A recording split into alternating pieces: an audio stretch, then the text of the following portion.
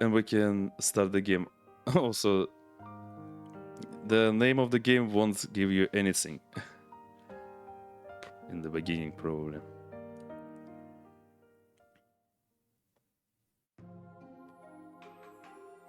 Also, I don't know why ramen. I have only one guess, but I'm gonna spoil things. Once, there was a man who loved a woman deeply, deeper than the sea. The woman returned his feelings, but said her father would never allow it. The man went to plead with her father, a cruel and mischievous man. He said, "Scoop the moon from the seabed, and you can have her."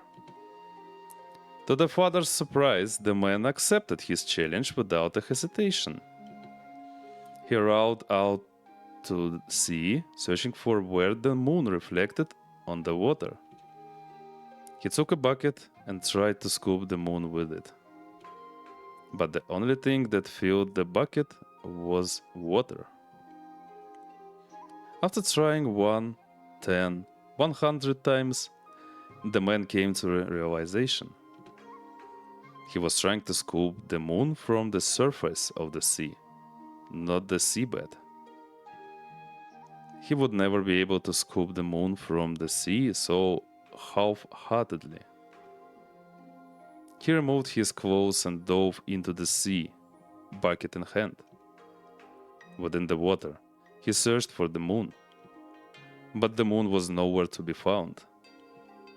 All that waited in the dark was death. Despite that, the man dove deeper. Eventually, he reached the seabed. The moon eluded him, even there. The breath in his body was running thin. He prayed desperately for a god, any god, to help. As he neared death, he heard a voice. It asked what he was willing to sacrifice for his wish. In his desperation, he said he'd sacrifice anything. The voice asked for his left hand, and he agreed. His prayers were answered, and a glimmer appeared. He scooped the glimmer and swam upward frantically. As he ascended, he felt pain shoot through his left arm. He ignored the pain and broke the surface, gasping for air. Fresh blood spilled from where his hand used to be. In the dark, it had been torn away by a creature. The man didn't have time to lament his loss. He stopped the bleeding, then looked into his bucket. What he scooped was an oyster, but it was far from normal. Inside the mouth was a brilliant golden pearl, about the size of an eye. Joyfully, he rushed to the house of the woman he loved to talk with her father. Upon seeing the man again, the father thought that the man must have failed. As the man told his story, the father was amazed. He agreed that a god helped the man, and the golden pearl was the moon. Cruel and mischievous as he was a man of his word. And so, the father allowed the man to marry his daughter. The man and the woman were married and lived a happy life together. But the man never forgot about the god who helped him that night. It would be unforgivable if he didn't properly show his gratitude. Soon after, he built a shrine and enshrined the golden pearl in it. The man named it Seabed Shrine. The god, pleased, chose to reside there. It stands to this day, inhabited by the god, waiting for those who wish to scoop the moon. Nice legend. I really like those old legends. They are so romantic, though. In the city of Hiroshima, there was a place called Seabed Shrine. It was difficult to find unless you already knew where it was. And among the locals, it had an interesting reputation. There were a few reasons for that. The first reason, it was inhabited by a god of desperation. They would only help if you were at the end of your rope. This meant the sort who visited were gamblers, debtors, gacha addicts, so on. Their prayers were rarely answered, and they almost never returned the second time. Typical. You know, it's so interesting to compare gamblers and a man, that man from the story who fought for his love. The second reason was obvious if you looked. The shrine was being used as a parking lot. Except the middle pass, there were cars parked everywhere. It was a shrine without a trace of divinity. There was a third reason as well. Okay, that's an art style. Also, this art style reminds me a bit of your art style, Chatis.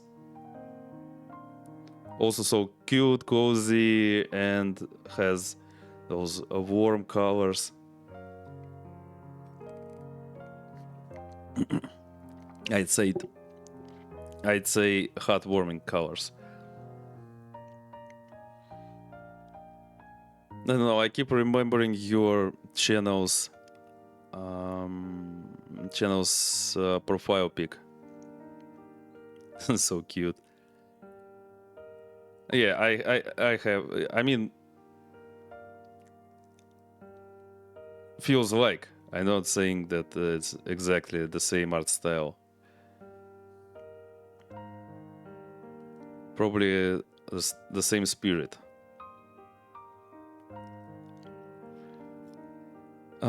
Okay, the Shrine Maiden was a woman named Mizuki. Her family name wasn't important. She wouldn't tell if she was asked. She had been caring for the shrine since she was a child. But it was done without any tenderness or care, the bare minimum. She focused more on people who parked than people who prayed. They were paying customers, they deserved customer service. Mizuki was praying in front of the shrine to end the day. Hi Annie! Congrats on being first! Welcome in! Happy to see ya!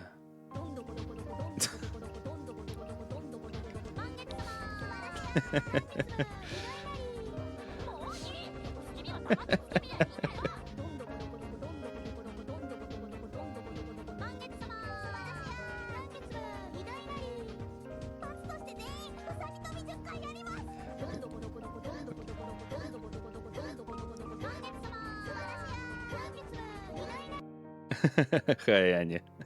Yeah, let's party. I mean, this is a really chill game, but let's party. How's your Tuesday going, Anya? Well, I guess it's Wednesday for you.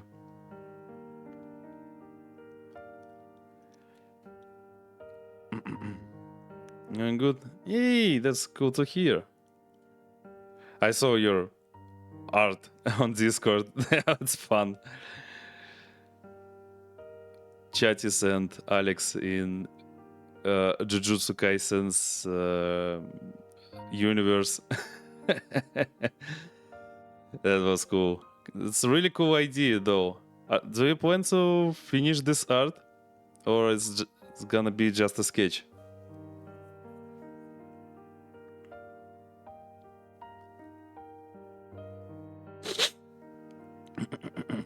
Sorry. In future, you'll see. Okay. I remember you have arts to do, more of them. And after you finish them, I wait.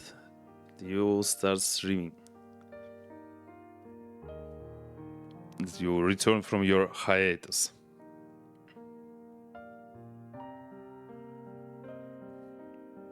Okay, Mizuki was praying in front of the shrine to end the day.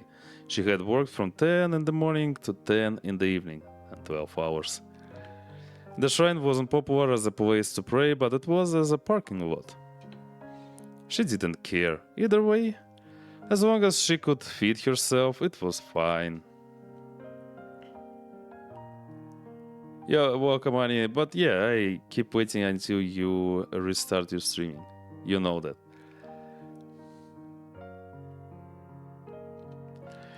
Okay. Despite that, she didn't ignore her duty as a shrine maiden. She kept the shrine clean, prayed several times a day, collected offerings, and was work to her as well, if not as profitable as being a parking attendant. As she finished praying, she saw a glimmer in the night sky. It was a shooting star. Whenever a passing whim or because she believed, Mizuki decided to make a wish. I wish... Before she could make her wish, she was interrupted by a crash.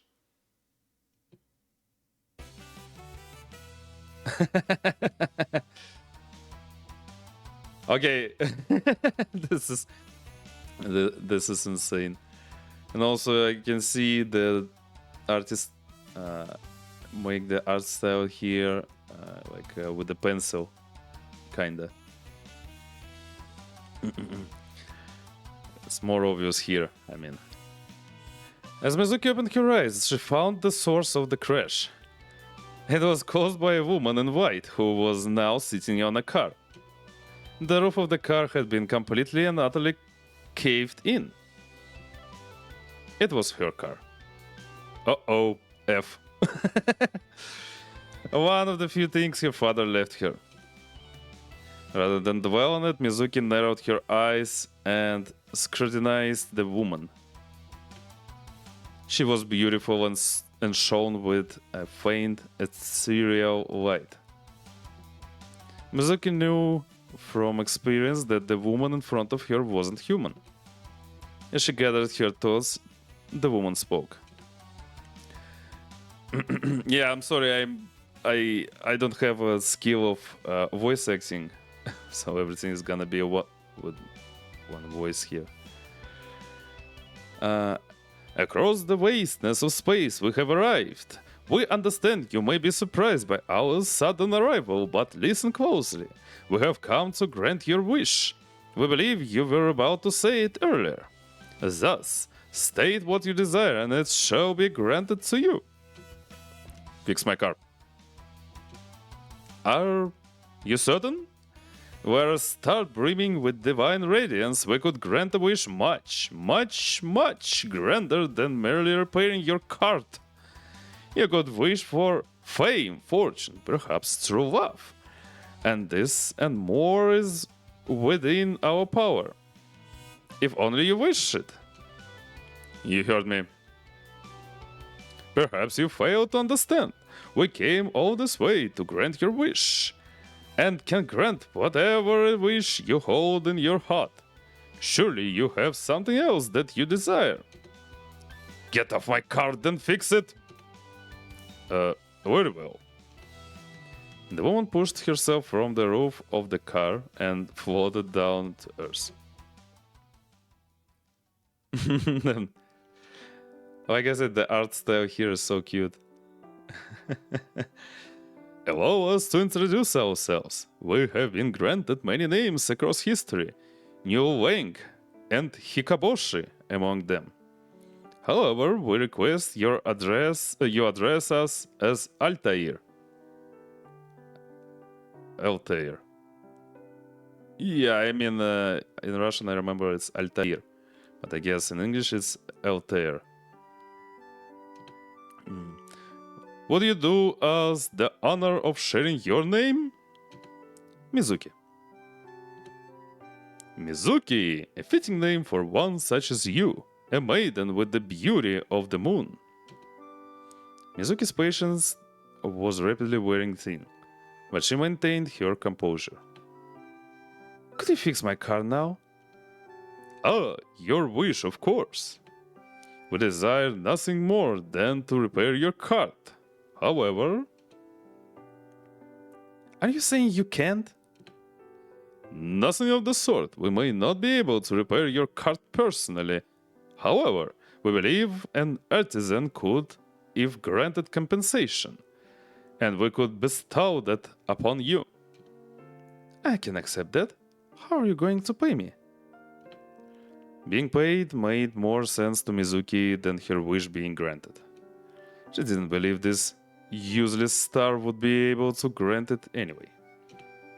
We're able to locate the corpses of fallen stars, what you would know as a meteorite.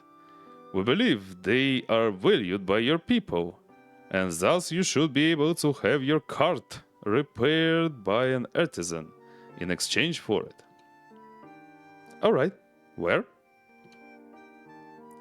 Elter pointed beyond the bounds of the city, to the mountain range in the distance. You will be able to find the corpse of a star in those jagged peaks, if you can transport us there, perhaps with your cart. We will be able to lead you where the corpse lies. Mizuki let out a loud, unrestrained sigh. It's like, ah, I guess. She didn't doubt that Altair was telling the truth, but it was dangerous to drive into the mountains at night. She didn't have a choice if she wanted her car fixed, though. I can take you there tonight. Can't take you there tonight. How about tomorrow morning? That would not be possible. We cannot show ourselves while your sun is in the sky. The light from it conceals our own. Wait, what the hell with my model again? Yeah.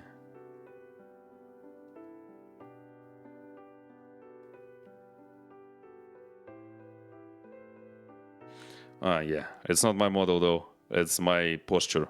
Yeah, I keep bending my neck to the right. Probably some health problems. No.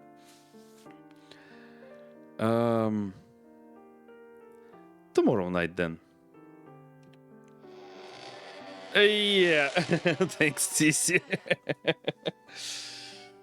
I can't help shrimp. Yeah, okay. Damn, I can't bend my neck to the left properly. Yeah.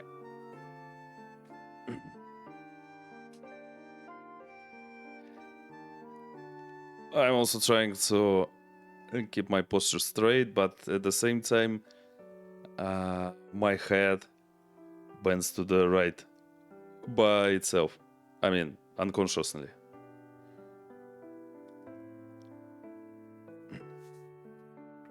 Need to have kind of massage. I don't know. Very well. Tomorrow night we will set out on a journey together. We can meet here tomorrow once the sun has set. It seemed there was a problem with everything involving Elter. What now? If it would be permissible, in exchange for granting your wish, we have a request. This isn't a trade you owe me for crashing into my car. We're aware of that, yet we request you listen regardless. We're visiting this land for 3 nights, no more and no less. We request lodging for the visit, if you would show such grace. Mizuki considered it. Elter said she was a star, but from Mizuki's point of view, she was a godlike existence. Though she didn't want Elter to stay with her, a shrine maiden couldn't refuse a god. That wasn't to mention that Elter promised to give her a meteorite. Meteorite could be worth millions of yen. That would be more than enough to fix your car, or even buy a new car outright. Alright. Truly? What a wonderful woman you are, Mizuki. You have our everlasting gratitude. We shall consider you a dear friend henceforth. Mizuki led Altair to where she lived, a small space located behind the shrine. Through a sliding door, the two of them reached Mizuki's living room. Oh, nice. Yukata, though. Is it yukata? I keep forgetting the name for the traditional Japanese clothes.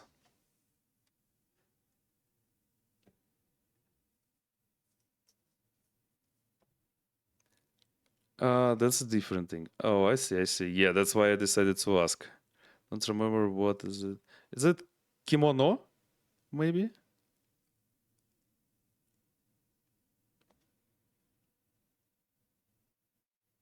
Uh, nope. Okay. Kimono is fancy. I thought yukata is fancy. But okay. I trust your knowledge because I'm not really into that. That's why I'm asking. This is something you wear at home. Damn, I should Google it, I guess. But as you can see, this game is full of traditional Japanese vibes. Yukata is a kimono with less layers for summer wear. So like uh, for some celebrations and stuff.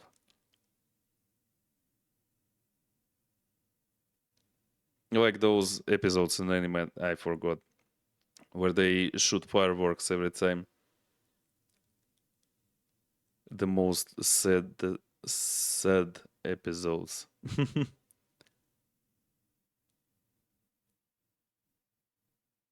Festival, yeah, festival. Thank you, Chatis. Yeah, I got it. Yeah, festival. Thank you. Sometimes I keep forgetting easy words. Typical me. Okay, let's go. The room had a tatami floor and was dominated entirely by a katatsu. Oh, shish. She had brought it out at the start of autumn and hadn't put it away since. Welcome to my home. Elter examined the room, glancing at various objects she hadn't seen before. We were not aware a person could live in such a restricted place. You must be a woman of unparalleled resourcefulness. Mizuki. Sorry, that word took all my breath. Resourcefulness. You could say that. Mizuki settled into the katatsu and turned it on. Now, I wish I had a katatsu here. I need it. Warmth immediately spread beneath the table. She felt as if she were alive again. That's good. Elsa, on the other hand, was beyond impressed. Is this what man has become capable of since last I visited? What comfort! What bliss! To create worms on pair with a star on demand. What is this device known as, Mizuki? It's a katatsu. They've been around for hundreds of years. A katatsu? We all remember that the inventions of man continue to astound us. After basking in the warmth of the katatsu for a moment, Mizuki asked a question. Do you eat? It was about time for dinner and she wanted something warm after being outside. Though we do not require sustenance, we would certainly be grateful for it. Without standing, Mizuki opened the cabinet and withdrew a few items. A water boiler, a large bottle of water, 2 glasses, 2 sets of chopsticks, and 2 cups of instant ramen. She plugged the boiler into the wall, poured water into it, and waited. We thought you were going to prepare a meal. That's what I'm doing. You can prepare a meal with these items alone? We can hardly believe that. You'll see. Once the water had boiled, Mizuki opened the cup ramen and poured water into it. Elsa examined both the water boiler and the cup ramen with an intense fascination. That's why the ramen... Yes, exactly, TC. I didn't want to explain such things, but yeah, in the beginning of the game, I could only associate such things with like totally traditional,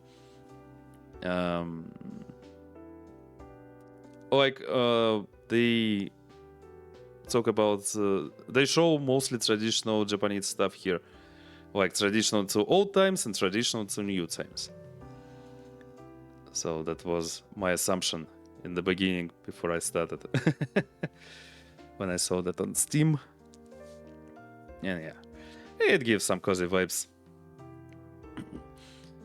We can perceive that the water has been heated and the cup appears to contain food. The heated water is cooking whatever is in the cup. Would this be a soup, perhaps? It's seafood ramen. It'll be ready in 3 minutes. 3 minutes?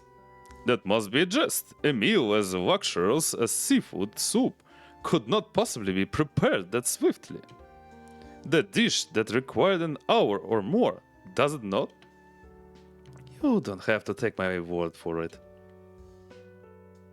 After a 3-minute wait, the cup ramen was ready. Let me hydrate though. Sorry. Yeah, stay hydrated, guys.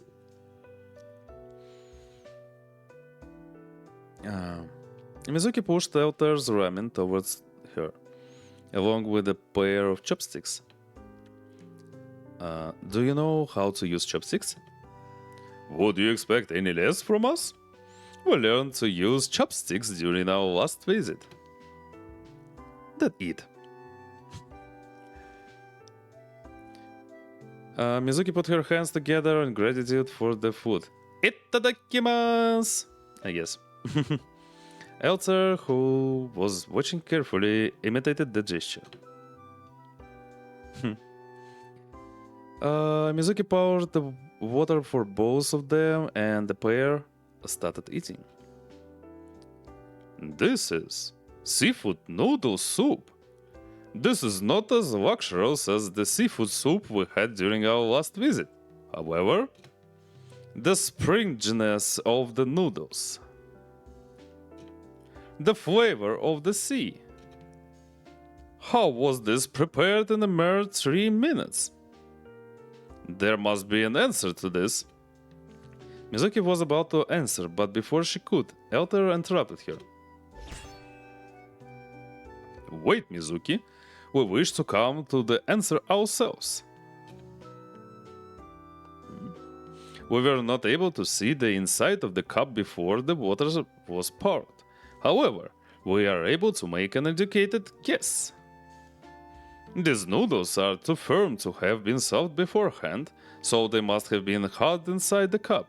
It is impossible for the flavor of the sea be absorbed by the water in a mere 3 minutes as well. This must mean... Elter fell deep into thought. This allowed Mizuki to quietly enjoy her cup ramen and take a closer look at her. It was her first thought earlier, but Elter was a beauty. Especially when she wasn't speaking. Soon enough, Elter arrived at her answer. This must mean the ingredients were cooked beforehand, placed in the cup, and all the boiled water did was soften them. We believe this is the correct answer, Mizuki. You're right. Of course we are. This is the intellect of a star, a mystery as trivial as the 3-minute seafood soup is nothing to us. Now we shall partake before the soup becomes cold. Elsa slurped the cup, rhyming loudly, visible joy on her face. Whether her joy was from the flavor of the ramen or of solving the mystery didn't matter, as long as she was happy. As Elsa ate her noodles, Mizuki laid down on the floor. She wanted to go to sleep, but she had to change and bring out the futon. Sorry. That would be a hassle that she couldn't be bothered with at the moment. Before she fell asleep under the warmth of the katatsu, Altair's voice woke her. We have finished our seafood soup, though that was delicious. Mizuki could easily guess what the star wanted. You want another cup? If you may, we would be grateful. Mizuki begrudgingly returned to sitting. At least, she has an excuse to get up from the floor. She went to pour water into a second cup of ramen, but Altair interrupted her again. Once more, we ask you to wait. What now? We would like to pour the water into the cup ourselves.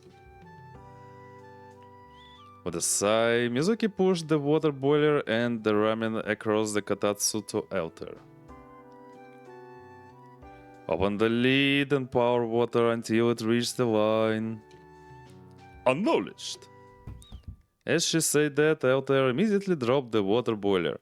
It spilled hot water over the cup ramen, the katatsu, and herself. Are you alright? Mizuki immediately stood from the katatsu and dashed to the bathroom.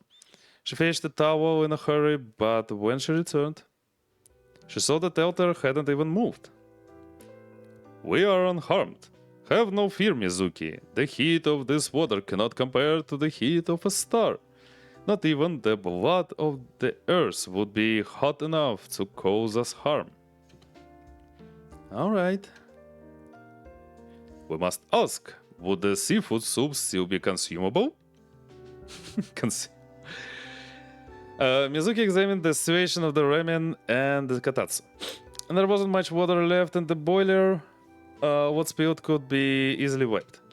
The cup ramen was completely flooded, but would probably be fine if watered down. It won't be as good, but you should still be able to eat it in 3 minutes.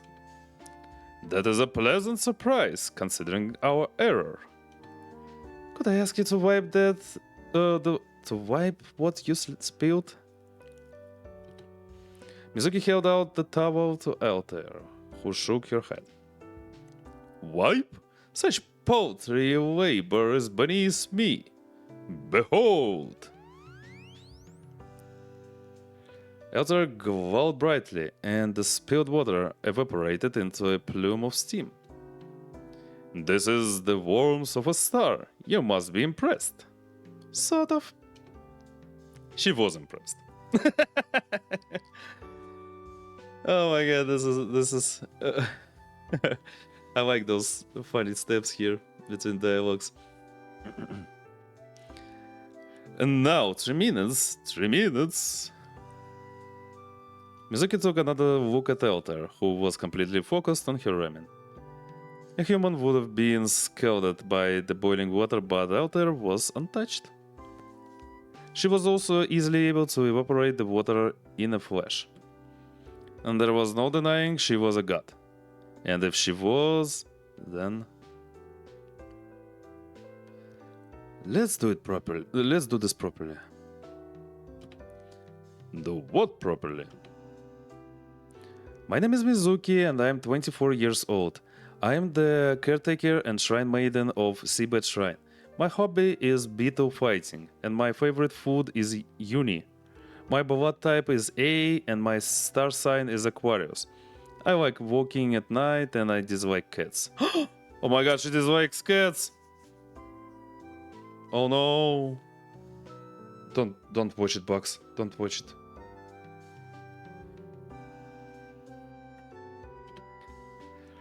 Now that is an introduction. Oni. Okay.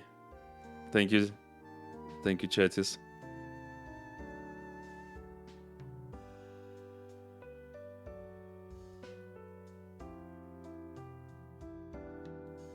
O'Neill. O'Neill?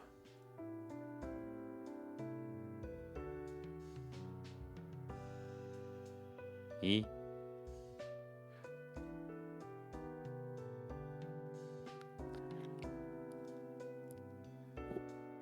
Uni.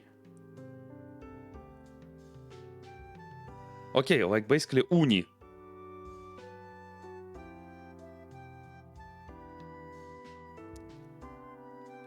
Okay, so I should have read it like in Russian, basically uni. I see, I see. Thank you. Thanks, sis. Yeah, it's really great that I can read Japanese words that are written in English using my mother tongue.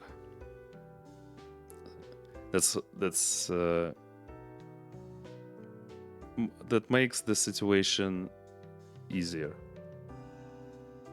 Makes everything easier. With Japanese, I mean. Now that's an introduction. We did not think you could speak that much. You must have warmed up to this. Why did you decide to introduce yourself? Because that's everything I'll tell you about myself. If you ask anything else about me, I won't answer. Very well. We have already introduced ourselves. However, if there is anything you desire to know about us, state your curiosity. Or state your curiosity. Okay, sorry. Why are you here? To grant your wish, of course. Don't mess with me. That is not our intent. There is simply a second reason. One that we are not prepared to share with you as of now. We apologize if you believe we deceived you, Mizuki. Alright, I'll accept that for now. I'm going to change, eat your ramen, and we'll get ready for bed. A star is always shining, so we have no need for sleep. However, we are willing to try. 2 minutes, 2 minutes. Mizuki took a quick shower, changed her clothes, and returned to the living room. She cleaned up the katatsu, then put it to the side and rolled out a pair of futon. One of them belonged to her, and the other, it wasn't important. She flicked the lights off. Damn, I can't read. What the hell with me? Need to clear my mind. Definitely need to clear my mind. Out of any thoughts. Mizuki rolled into her futon, ready to fall asleep. She'd had a long day and would have already been asleep, except Altair wasn't lying down yet, sitting on top of the futon instead. And there seemed to be something on her mind. Mizuki? What? You said you wouldn't answer anything else about yourself, but we have a question. Go on. To fix your cart, is that truly your wish? We heard you speak as we fell. We believe you had a wish even before we crashed. It's my wish now. We're a generous star. If you desire, we could grant your wish and also fix your cart. Why have you been calling it a cart? It's a car. We were not aware there was a difference between a cart and a car. We assumed it was a change in dialect since our last visit. I'll tell you about it tomorrow. Could you not tell tonight? We'll ponder this mystery the whole night if you do not. I'm tired, go to bed. What a cruel woman you are, Mizuki. Mizuki closed her eyes and drifted off to sleep. Cruel woman. When was the last time she slept in the same room as another person? It was a long, long time ago. She didn't dislike it. Let me save. I don't remember much about my father. Mizuki, listen to me. There wasn't much to remember. I'm going away for a while. You're 6 now. I can count on you to take care of the shrine. When he was not at work, he was asleep. If he wasn't asleep, then I'll be leaving you with your grandmother. At the time, I didn't know I had a grandmother. When I think of my father, I think of him praying.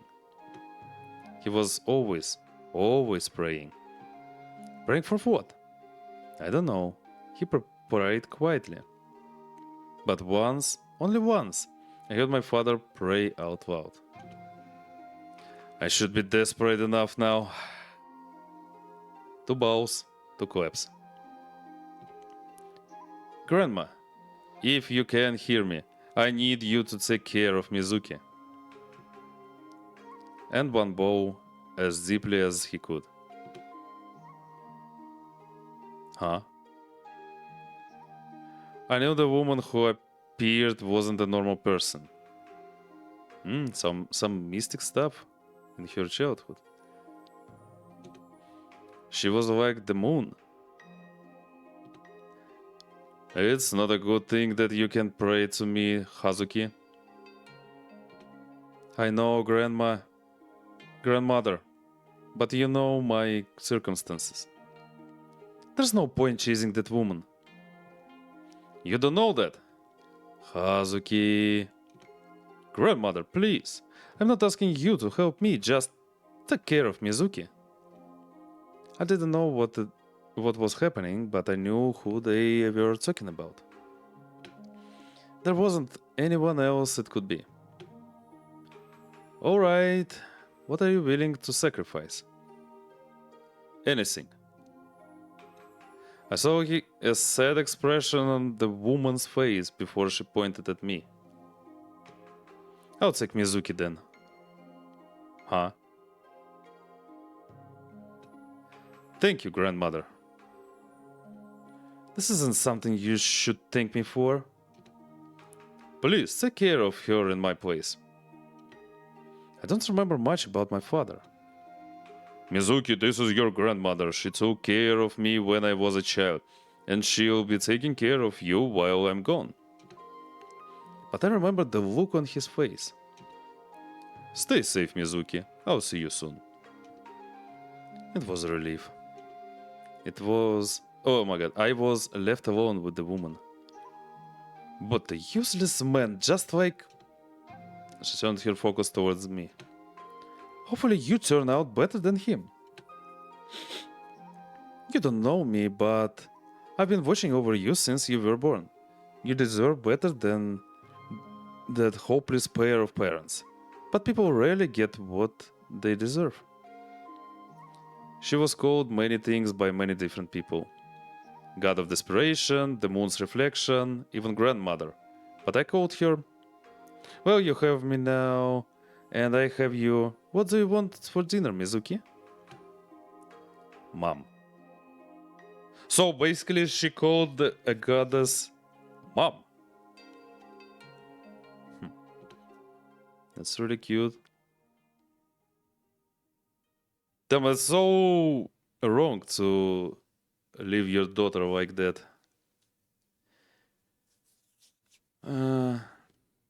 Okay, I don't know any traditions or why the hell people can do that. She was just 6 years old. That's wrong. When she woke up, Mizuki was able to delude herself for a moment. That altar wasn't real, and she didn't spend the night talking to a star. She then turned to see an empty futon beside her. Her delusion was immediately shattered. Mizuki recalled what Altair said to her last night. Altair couldn't show herself while the sun was up. That meant she should return once the sun had set. Mizuki had a whole day before that happened then. Mizuki's day was nothing out of the ordinary. It was her usual work as a shrine maiden and parking attendant. An unhealthy convenience store lunch of 2 rice bowls and popsicle. She scared cats away, prayed, idly swept the shrine, paced around, and waited for the star to return. Not that she would admit it. She didn't have to wait for long. The moment the sun set, Altair returned. She appeared on the top of Mizuki's car, without crashing this time.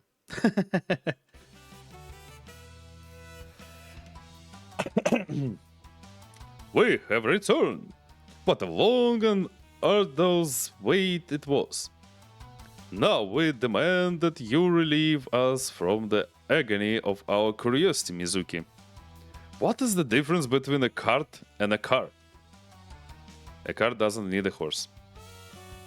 It does not need a horse? How does it do not tell us. Mizuki, we will come to our own conclusion as we ride the car. There must surely be a hint that will allow us to understand it. I don't think so. Get off the car and we'll get going. Very well. Altair floated down from the side of the car. Also them. Let me check it real quick.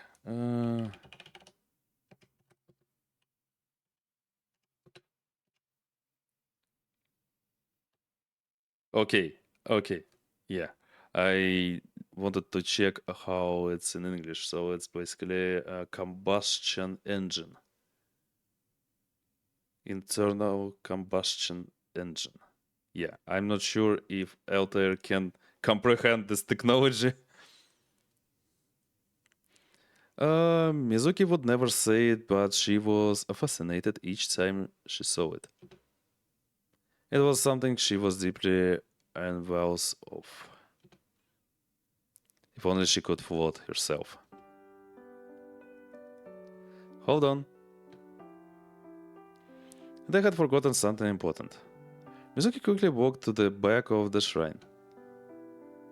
She retrieved the shovel, opened the trunk, and threw it in. A clever thought! The corpse should be buried.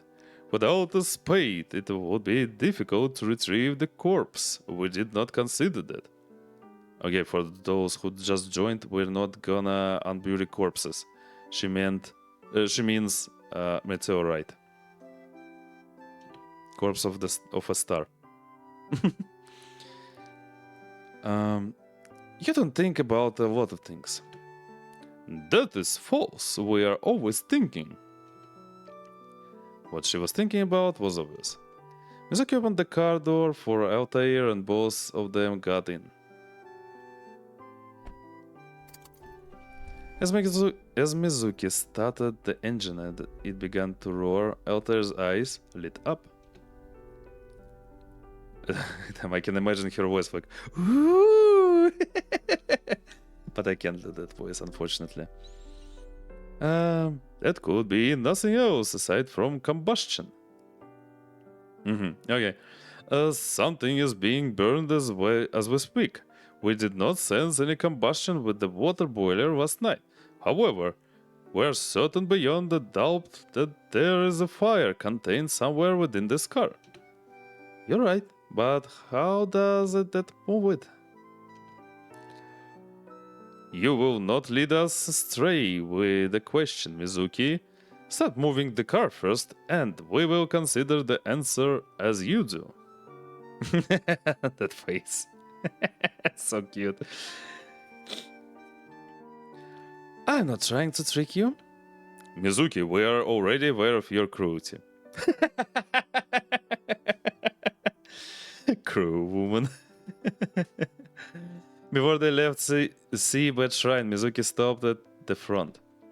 She left the car for a moment and placed a sign on the wall. I am not here. Leave your parking fee in the offering box. I'll know. I'll know how. Some CCTV there. That should do it. How does the combustion allow it to move? Stop thinking for a second and tell me where we're going. Right toward the mountains. We will grant precise guidance once we're there. You're focused on the car, aren't you? We will not require significant time to find the answer. We request your patience. As Alter considered the car, Mizuki quietly drove toward the mountains. She paid attention to the road but paid almost as much to Alter herself. Her expression, her muttering, her frustration, it made her want to laugh. Mizuki stopped herself. She thought that laughing would ruin the atmosphere. Though she didn't laugh, a mischievous thought snuck into Mizuki's mind. Would you like a hint? There is nothing we would desire less. That you would even ask demonstrates the extent of your cruelty and mischief. To be granted even in an inkling of the answer would cause the effort we have expended thus far to become worthless. A card moves but... Mizuki! This time Mizuki couldn't help herself. She let out a short laugh, barely a second long. Alter's reactions were so funny for her to hold in. It was surprising enough that Alter stopped thinking entirely. Mizuki, did you? I didn't. We believed you were a colder woman than that, Mizuki. We were mistaken. Your water must be as rare as a shooting star. Mizuki was quick to change the topic. But we reached the mountains in about 3 hours. I'm going to pass by a convenience store for dinner. Do you want anything? From what you are saying, this convenience store must be a place to purchase food. What is convenient about this store? This, to be honest, when I tried to... when I learned English, especially in the beginning, and I first... when I heard that convenience store firsthand, I was like, I had the same question. Okay. Yes, yeah, maybe I'm not that old, but to me it's like shop. It's either shop or supermarket. Nothing more. Okay, shop or store, but just store without convenience. So yeah, I feel you out there.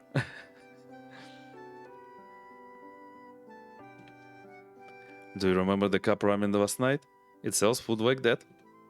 A store that deals in the sale of instant food. We now understand the convenience.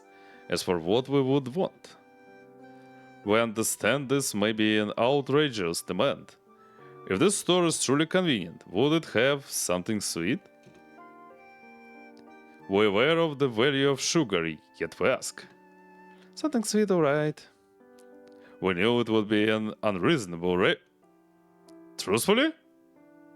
We did not think it would be within your ability to procure, Mizuki. What sort of sweets are there? Could there even be the delectable star-shaped thread? Conpeito? What conpeito is? Okay, let me Google it real quick.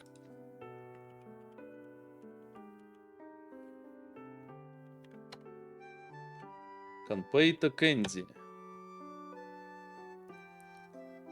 Okay. I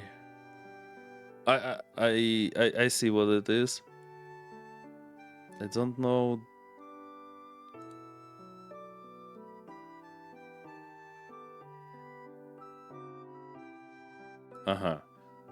Like bonbons, but but a bit different.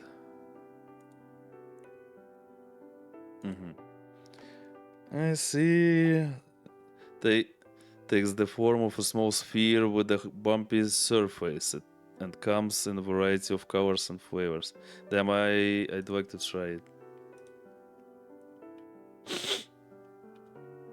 Okay. Canpeito? The convenience store should have it, but... Oh my god.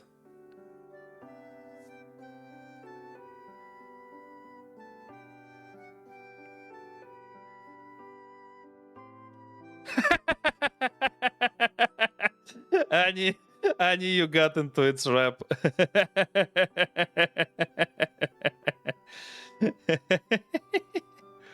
Also, you reminded me. So turn off this particle thingy. You see, it mentioned your channel points have been refunded because the TTS duration is invalid. So your message was long. That's why your points are refunded automatically.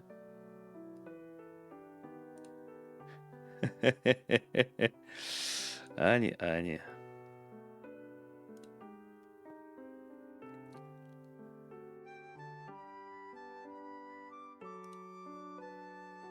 So yeah, let me disable the notification and chat about that.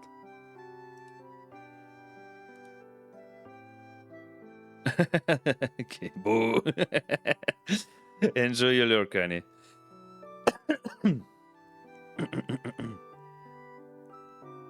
Drawing something. That's great. Good luck with that. I mean, you have your luck and your skills, I'm pretty sure.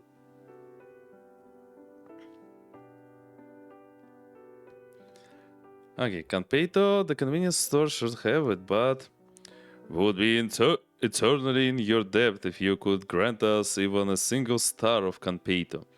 We remember it dearly from our last visit, and would deeply desire to taste it again. I don't know, it would be expensive. I might even have to sell this shrine to afford it. Oh my god, Mizuki, you're so cruel. Oh, we cannot afford to take your home from you for a mere whim. We apologize for our lack of restraint, Mizuki. For the second time, Mizuki couldn't help herself.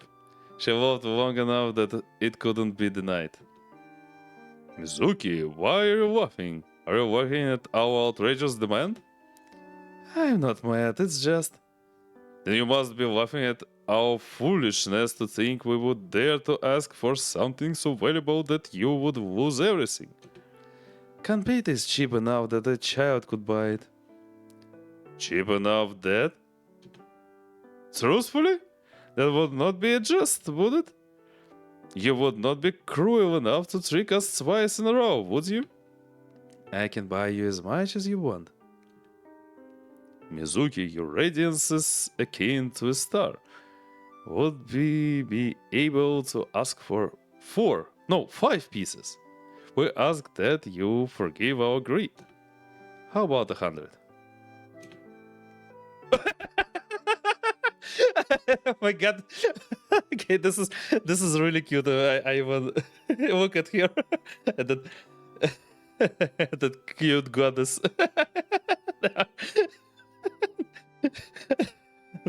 No, that is certainly a trick. Yeah, but so the art looks so simple in comparison with other visual novels, but damn, it's so heartwarming because of that probably. I don't know. It's really is as cute as simple. I don't know. It gives me some really like good vibes. Oh my god. Yeah.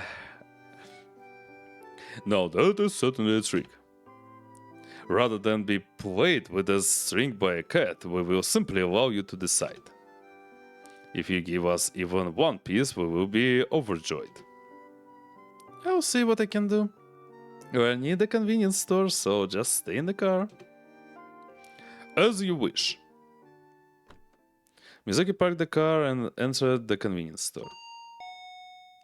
She bought herself 2 rice balls, a popsicle, and a large bottle of water.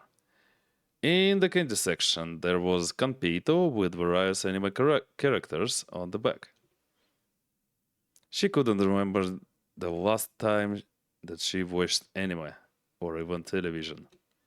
She bought 10 bags of Kanpeito, 10 bags, but put them in a separate bag and left the store. Mizuki opened the car and got back in her seat.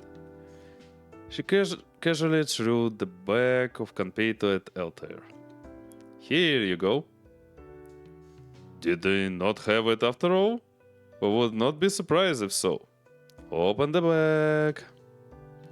Altair did as she was told and stared into the bag of almost a minute.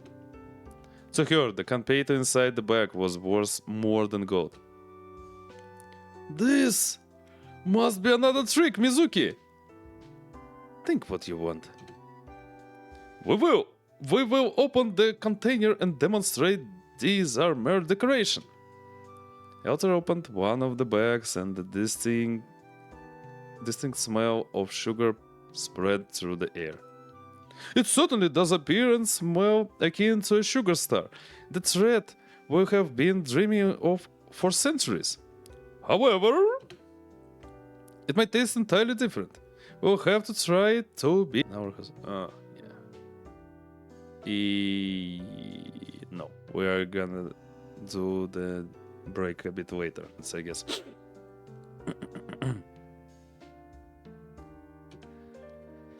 She carefully placed a single Kanpeito onto her tongue. This is, without a doubt, Kanpeito! A star that shines with sweetness instead of warmth. An unrivaled sweet. A jar would be enough to purchase a manor. And yet you have acquired enough that we can have as much as we desire. How could this be possible, Mizuki? I told you it was cheap. How could such a wondrous thing have become affordable? We recall being told to be careful and not to waste it the last time we had the privilege to try it. The world spins, people have come a long way since then. It does seem so. Are we allowed to enjoy all of this to ourselves? Knock yourself out. Mizuki started on her rice balls. She wanted to eat them before she kept driving. Knock ourselves out? Should we return to sleep? We have awoken just now. It's a saying. Eat as much as you want. That reminds me like how I talk to Chatis. Because Chatis knows lots of those sayings and I don't. Yeah, basically our typical dialogue is. Even here on stream. Because sometimes I just don't get what you meant. What do you mean by some sayings? That's why I have to ask every time.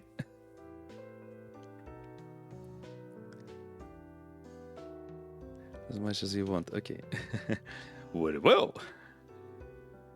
Mizuki quickly ate her rice balls and had the popsicle for dessert and got back on the road. Thanks for the headpad, sis.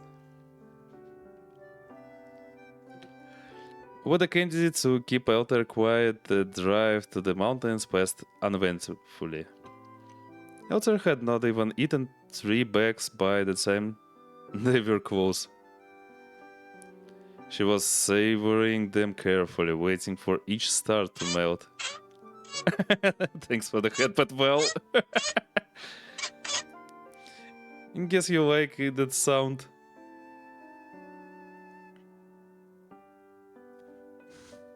Also have the synchronization.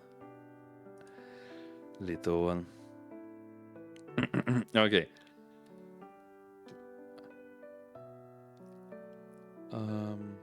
We're almost there. We are? We did hear you say 3 hours.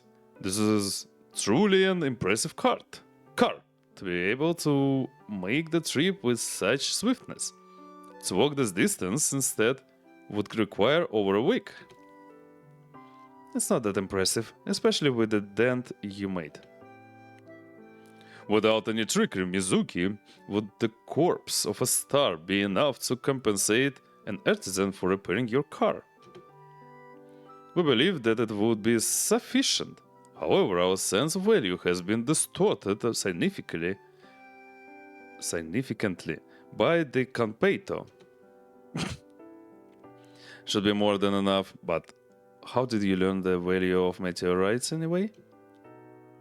During our last visit, we also granted a wish with the corpse of a star, and were treated akin to royalty as a result. Our knowledge of seafood soup, Conpeita, and this land as a whole was learned during that time. Hope you've been having fun this visit. Though you could stand to be more reverent of us, we are enjoying our visit thus far. We have seen many an interesting sight already. As you stated earlier, the world does spin. Reverend? If you want something, ask. I'll probably say no, but I'll hear you out. We're satisfied. However, if you are offering, could you tell us what you truly wish for, Mizuki?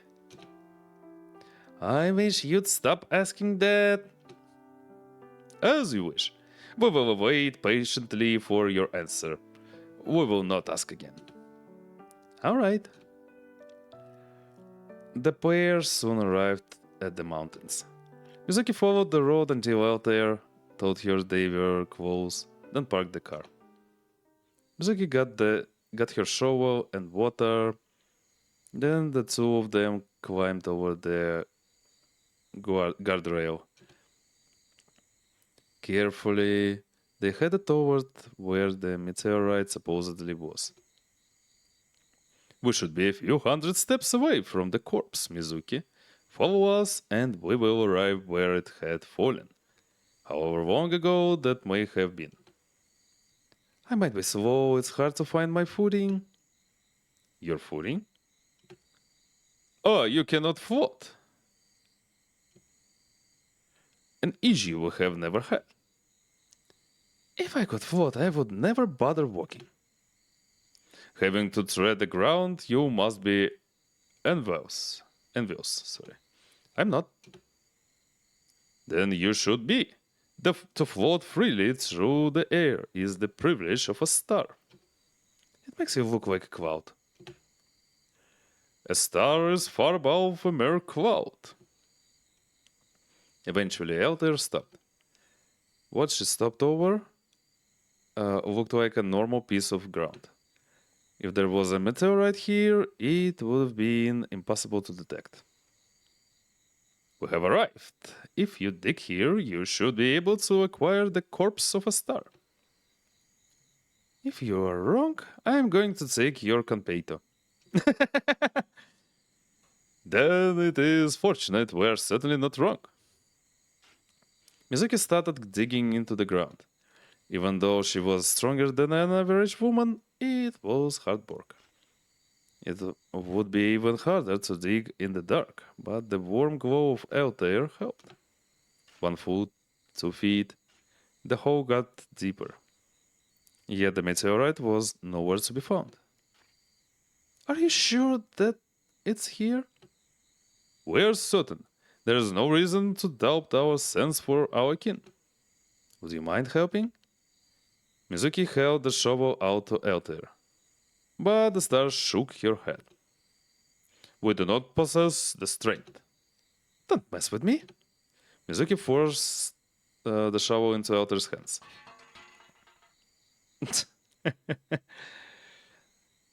Altair should say like, I have pulse. The shovel immediately clattered on the ground. Heather looked into Mizuki's eyes, then down at the shovel. She picked it up and tried her hardest to hold it. It clattered to the ground again. We realized last night that our strength had left us. Mizuki thought for a moment, then realized what she meant. Was that why you dropped the boiler?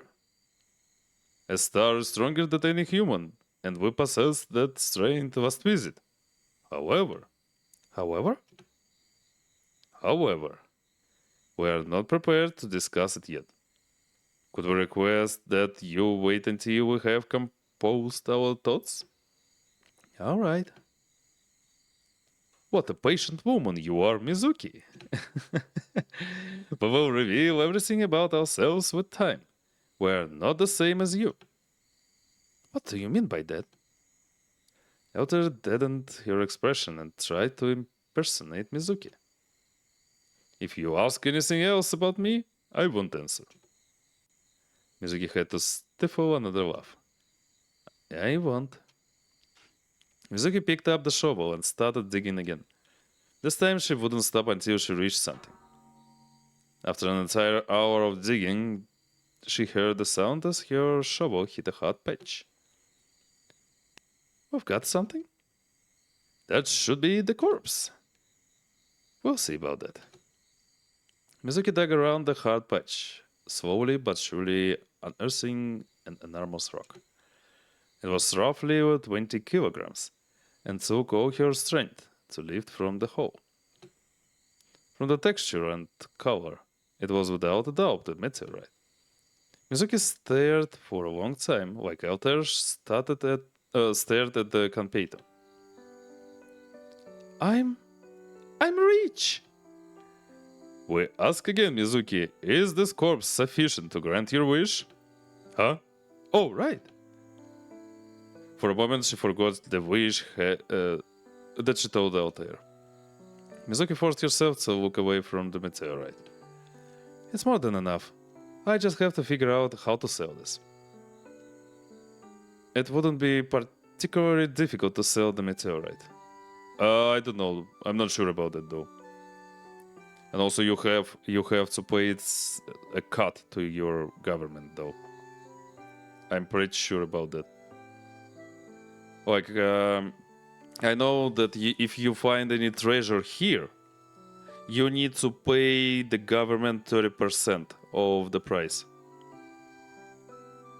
But I don't know how is it for Japan.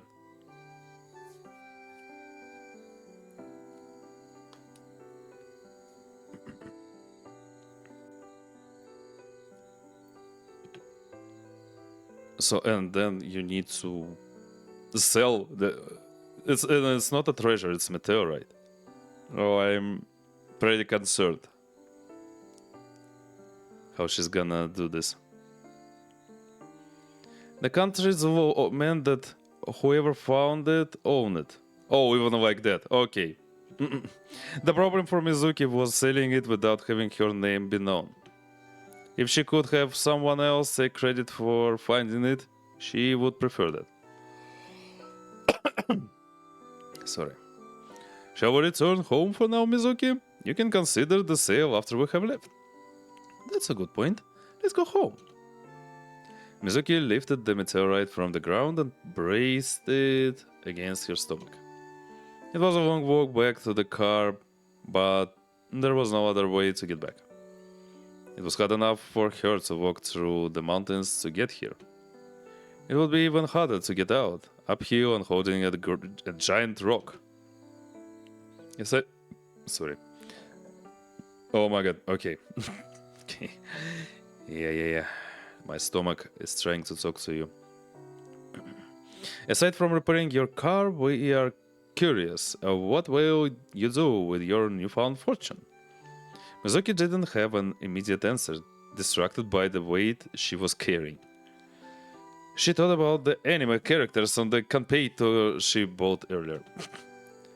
By television, maybe? We have not heard that word. What is a television? Oh, you don't need to know. No, don't ask such questions. Don't brain rot yourself. It's a box you can watch play on whenever you want. Another wondrous invention. We would like to see one for ourselves. And then, I'm not sure. You're a woman without desire, Mizuki. What do you mean by that? We believe the last person we bestowed a corpse built a castle with it. I don't need a castle. Is there anything in the world that you don't need? No. Damn, I feel you, Mizuki, to be honest. I don't know. If I could get lots of money, I don't know how to spend them. Like it, so I need few. Like for life and stuff.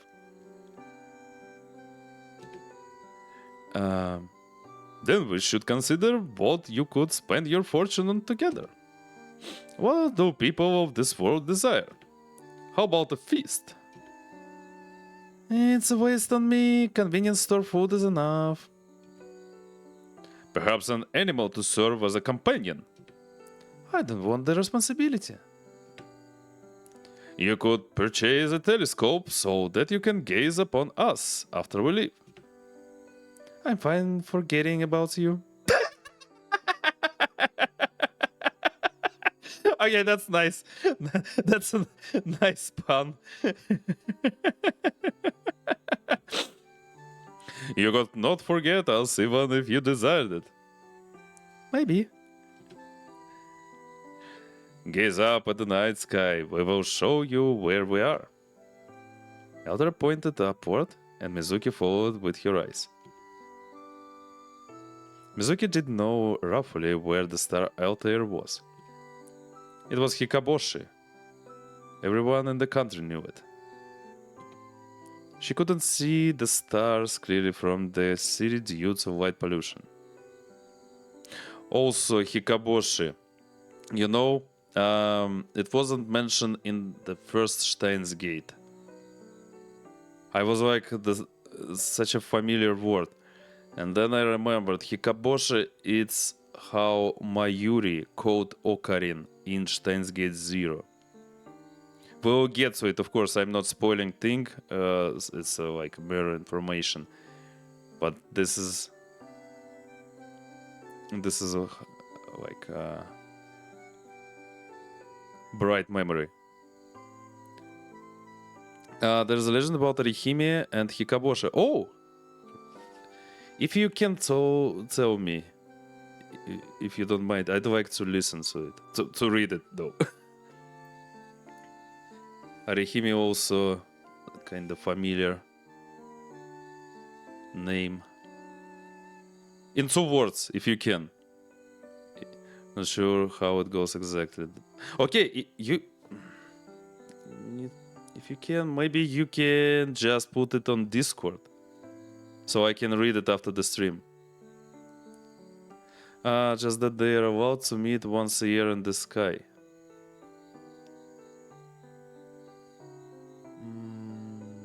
No. I mean, I can't... Even if I heard this legend before, I can't recall it. Orihime was a princess and Hikaboshi a shepherd or something.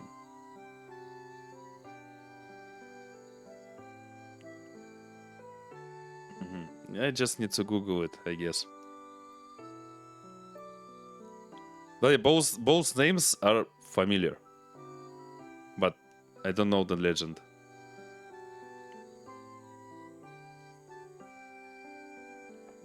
Hikaboshi. Sounds really beautiful though. Both names. Post a link on Discord. Let me check it. Tanabata. Oh, Tanabata though. It's like... I see. I remember they have those festivals during Tanabata. Yeah, the legend is part of the Tanabata festival. Yeah, okay, now I see. The story in that article. Thank you, Chatis. Thank you. Thanks a lot. Thanks so much for explaining and for sharing the link. Thank you. I will read it after the stream. Damn, I love to read it, you know. History and traditions stuff. Apparently she wasn't a princess. Oops. Okay, no worries.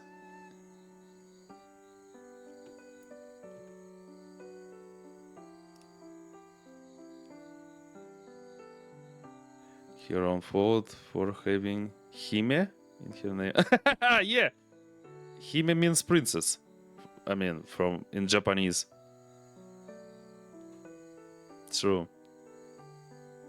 Hime.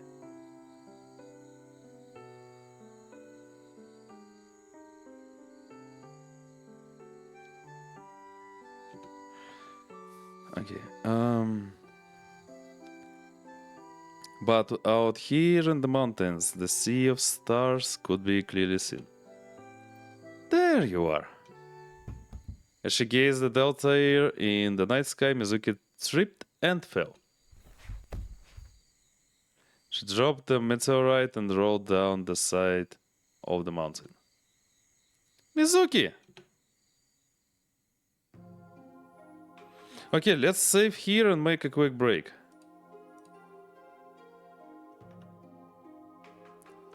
Real quick one. Yeah, the time is right. Like always, 1 hour and 40 minutes. It's like a tradition already. Yeah, I guess I'll be right back in 4 or 5 minutes, maybe 6 maximum. Yeah, I'll be right back.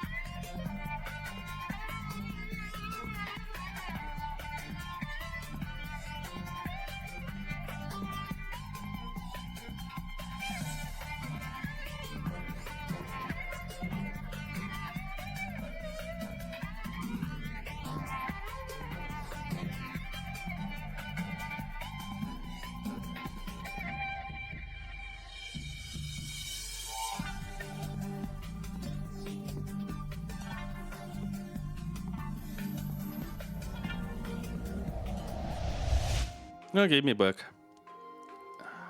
That was faster than I expected.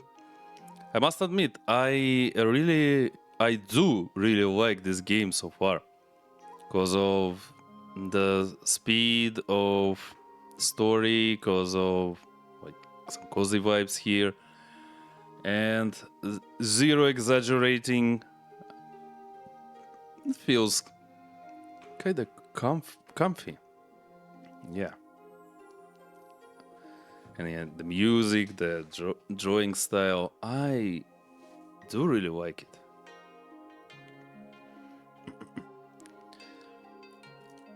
I remember my mother well. Mizuki, I want you to listen. I'm afraid of forgetting her. I'll be leaving soon. You're 18 now. You can take care of yourself. She wasn't wrong. I'm sorry, but I know you'll be alright. She wasn't wrong, but when I think of my mother, I think of her next to me. She was always by my side. Even though she was a god, I could always hold her hand. She wasn't someone I needed to pray to. She was my mother. Do you know what a cat does when they are about to die, Mizuki? Oh no, don't. I did. They find somewhere where nobody can see them, then die alone. Oh, fuck. Sorry. I don't want to remember some events of my life. I hated that.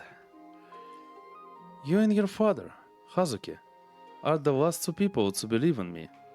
When nobody believes in a god, they fade away. Yeah, thanks for the headpad, sis.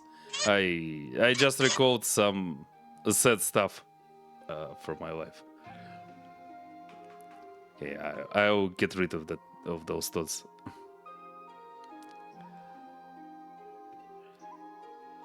I would never stop. When Hazuki wished for me to take care of you, it let me stay around a while longer. Long enough to watch you grow up. Then all I had to do was... I know what you're thinking, Mizuki. I just had to make a wish and she could stay. Let me ask you a question. What?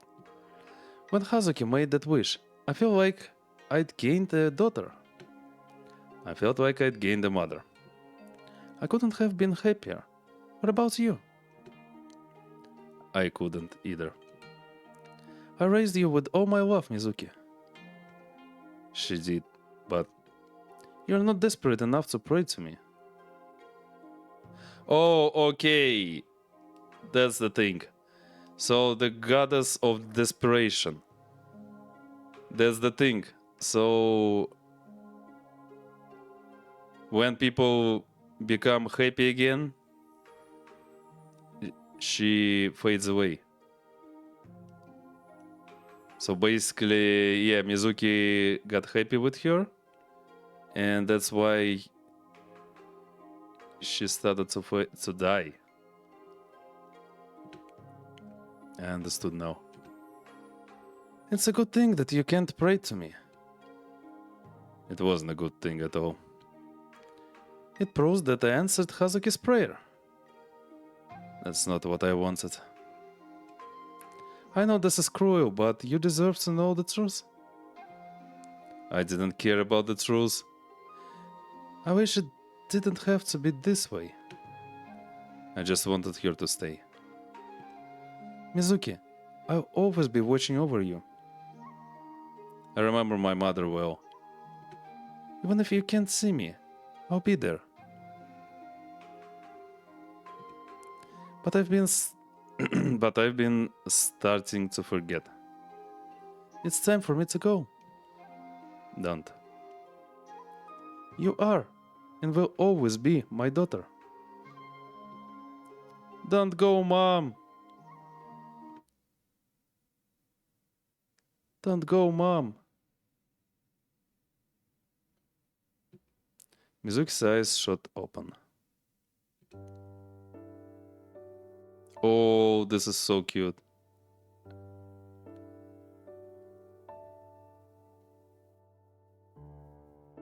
Okay,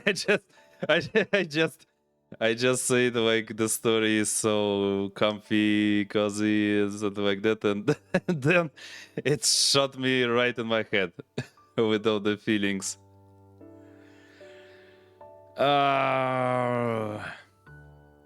Okay. But still, it's cute and cozy. Mizuki's eyes shot open.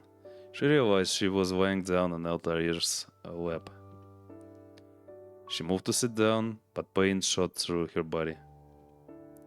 Don't move, Mizuki. You fell. You have been asleep for over an hour. That's not good. Mizuki resigned herself to staying still. She must have fallen far down the slope. She didn't know how she'd get out of this mess. She was hurt. She didn't own a phone, and nobody knew she was there. She was here. We should be able to help, Mizuki. How would you do that? We could float into the sky and glow.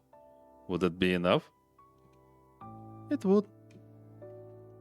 It would be difficult to explain, but it was impossible to ignore.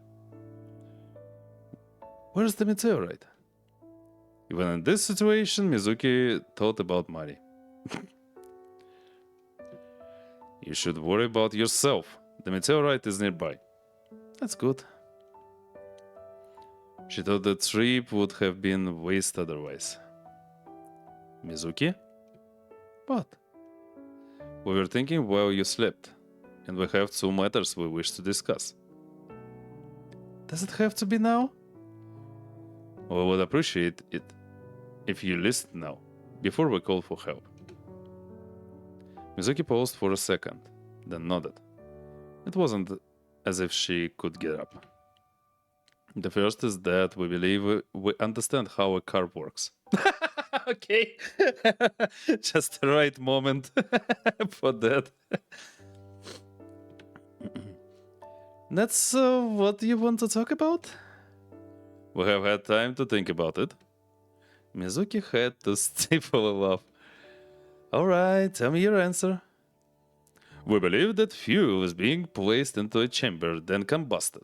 The force of the combustion is used through one mechanism or another to spin the wheels and move the car forward without using a horse. It might seem strange, but we believe the car is propelled forward by a chain of explosions. We believe this is the correct answer, Mizuki. You're right. Of course we are. This is the intellect of a star. That face.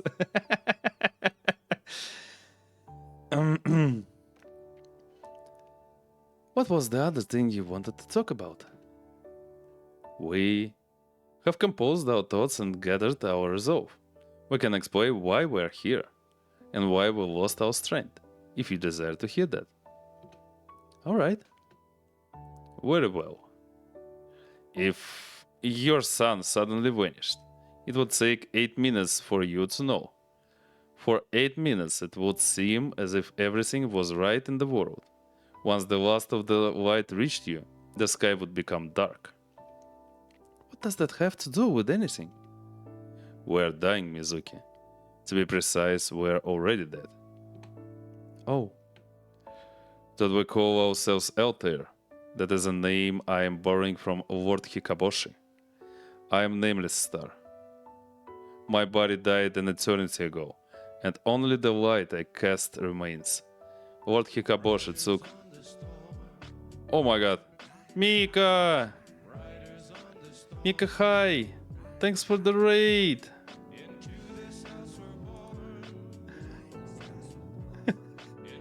Oh my god. Welcome in, raiders! Let me give you a shouty... Lady Todoroki, also known as Mika. Welcome in! Guys, Mika is amazing person. She's a streamer and VTuber. She has amazing model, and also she's really comfy person. I really like to stay with.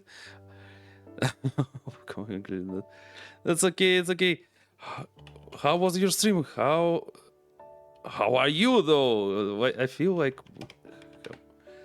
it's been a while. Let me make this too. Hey Malcolm, welcome in. Spirit City Level 5 sessions. What is this game about, Mika? Oh my god, I'm sending you lots of headphones.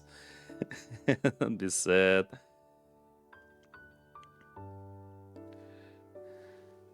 Yeah, guys, share some love with Mika. She's a really great person. I really love her way of thought and like perception of our world. So I would strongly recommend to follow her.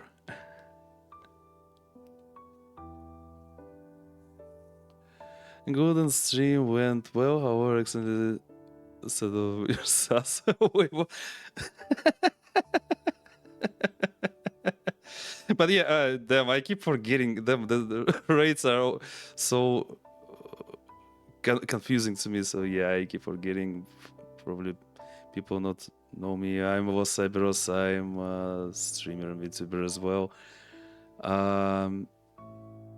Like ex spirit of cyberpunk. Now I'm serving a cyber corporation, according to my lore, of course. And yeah, today we're playing some really cozy visual novel called The Seabed Shining Star, trying to, relax from all the typical stuff. Thanks for the follow, Malcolm. Really appreciate it. Have a seat and relax. Welcome to my stream. And yeah, this is a visual novel about Japanese culture and traditions. Really cozy, interesting, and also free though. You can get it on Steam for free, and also support the developers by buying their artwork there. Spirit City is super chill and perfect for just sharing streams. It's a background game that you collect little spirits the longer you sit in the game. I've never heard of it. Need to Google it. Need to check it out. I definitely need that kind of games on my streams. Yes, Annie, you will definitely like Mika's model. Because I also in warm feelings with her model. That's why consider a follow.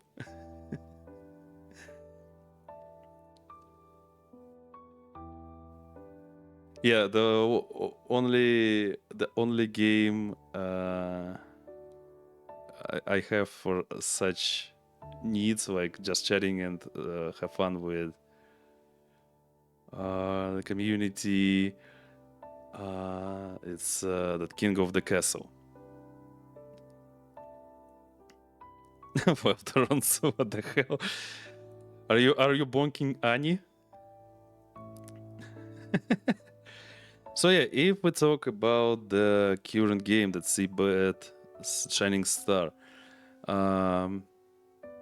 basically it's a story of Shrine's maiden, who met goddess of star, and that goddess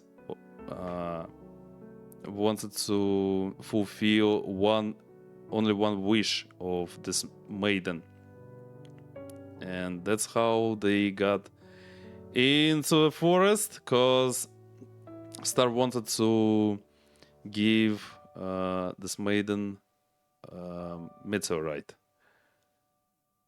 so the maiden can get some money. But during their little adventure, maiden. Her name is Mizuki. She started to remember her own life, which she forgot. And it turned out that her mother was a goddess of desperation. And now, right in this moment, we're getting a story of this star or goddess named Altair. And Mizuki, unfortunately, fall off cliff, not so she fell off a high height and lost her consciousness, and now this Altair star explaining the history, the story of her, and also takes care of Mizuki. I tried my best, to be honest, to explain everything. I'm sorry if it confused you anyhow.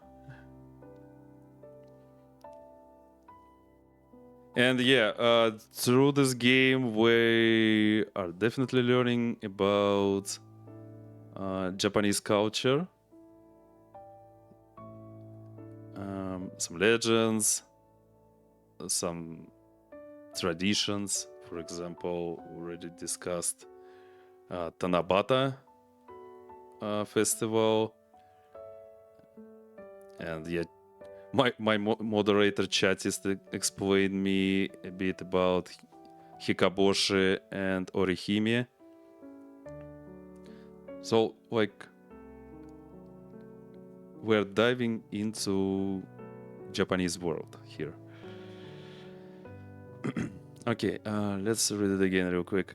Though we call ourselves Altair, that is a name I am borrowing from Lord Hikaboshi. I am a nameless star. My body died an eternity ago, and only the light I cast remains. Lord Hikaboshi took pity on me and allowed my light to be considered as his own. Because of him, I was able to roam the land that he loved as his envoy. However, what remains of my light will soon fade. Once it does, then I will vanish entirely. Lord Hikaboshi allowed one last visit. I am glad I could spend it with you. Mizuki didn't know about how to respond. She had only known Altair for 2 nights. She didn't think it was her place to comfort her. Altair wasn't much more than a stranger to her. Mizuki didn't have any friends. She didn't have a good reference for what a friend was. Oh, I feel you. Oh my god, Mizuki. She didn't think she considered Altair as a friend. But the truth was simpler than that. She liked Altair. She liked talking with her. She would like to spend more time with her. There wasn't much time left. Alright. Thank you for listening to us, Mizuki. What else was I going to do till you know? We would not consider that beyond you. I'm not heartless, you know. If you have a heart, may we make a request? Taking advantage of an injured person? We believe a dying person is beyond even an injured person. An injured one. Mizuki laughed, and pain shot through her body. You're right, I guess. What do you want? Tomorrow night, we would like to share dinner with you. We recall a dish from our last visit.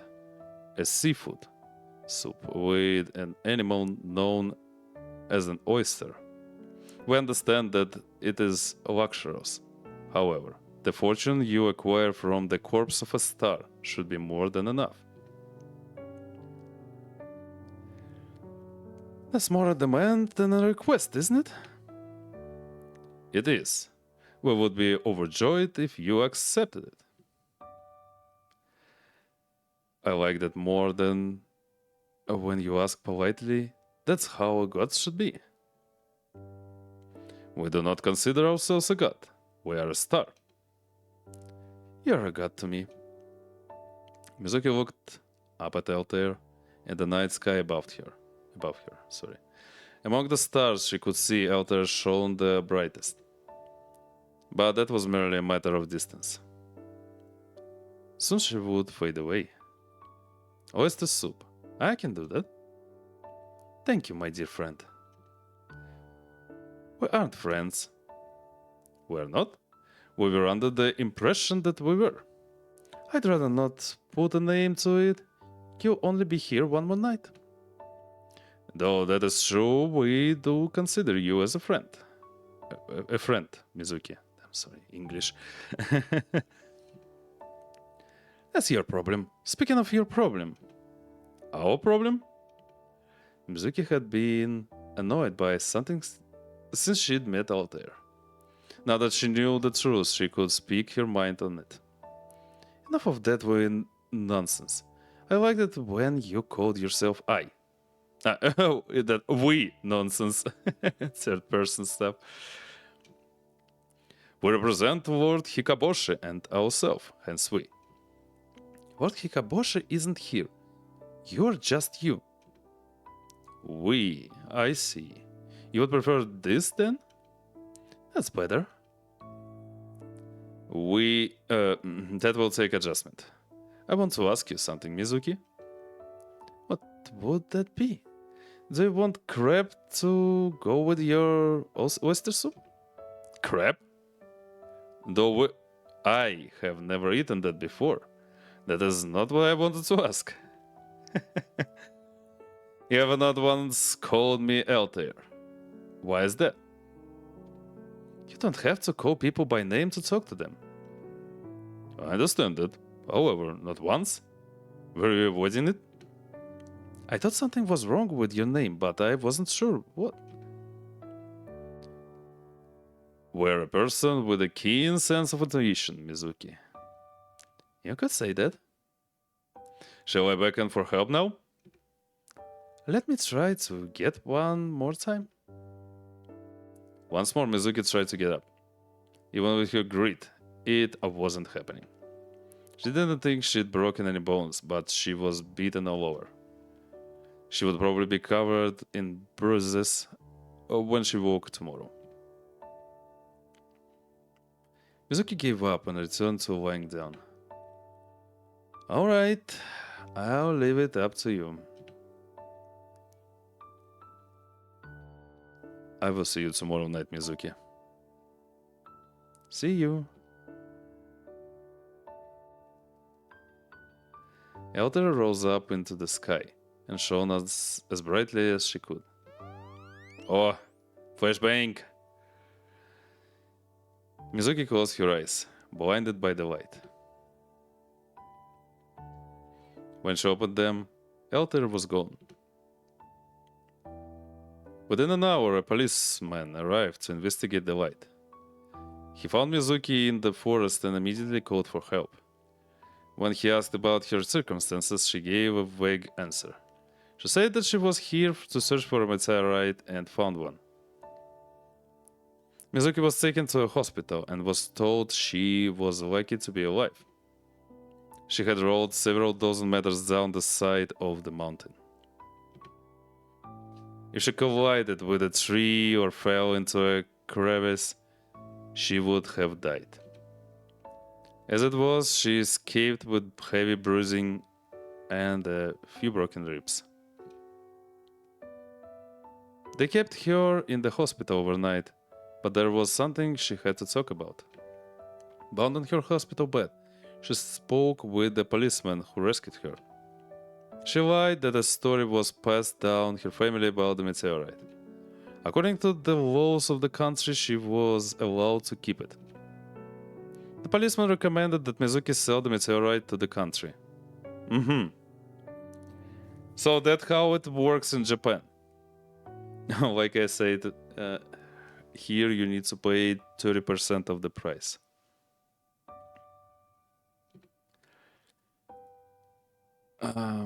You can sell it to your country, but they are gonna take 30% from you. He would have it examined then send the money once it was confirmed. Mizuki understood what he was saying but had her own proposition. They would split it 80 per 20, and he could take the credit for finding it. Oh, she's so kind. That's interesting. She's a really kind person. The policeman accepted. That suited Mizuki well. She didn't want her name to get out. Once the policeman left, there was something left but to rest. The hospital bed was more comfortable than her futon. That night, Mizuki didn't have any dreams. Okay, that's great for her, I guess. Because her dreams are all sad. Mizuki was able to leave the hospital in the morning. It was painful to walk, but fortunately the police had retrieved her car from the mountains. She had some work to do before she could return to the shrine. She had to figure out where she could buy crab and oysters.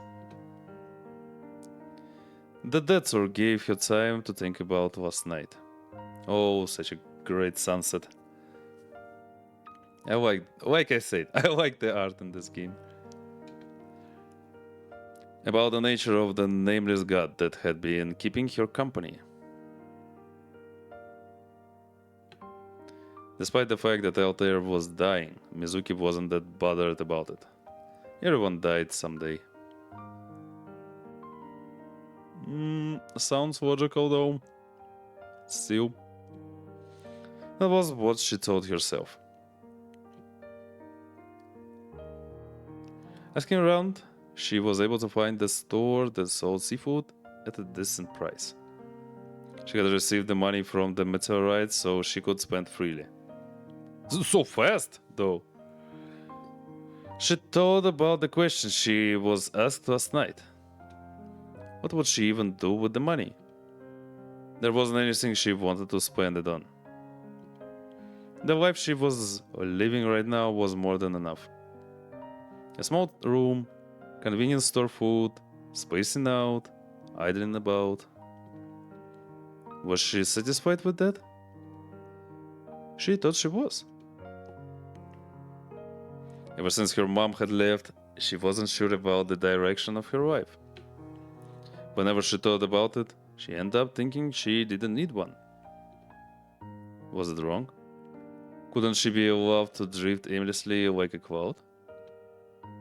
She wished she could. Sorry.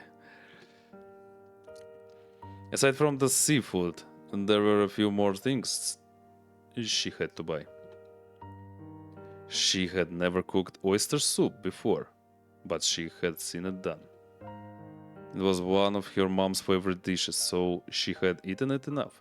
I feel like there is a connection between her mom and Altair.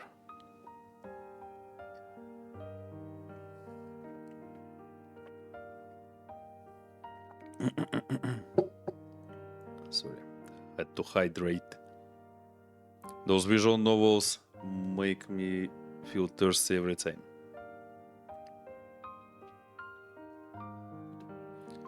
She thought it was a taste enjoyed by the gods. It was a simple enough dish that she could wait for Altair to arrive. She didn't have a refrigerator, so she bought a foam box and filled it with ice. It would be enough to keep the oysters and crab fresh until the sun set. She placed it on the katatsu and waited outside.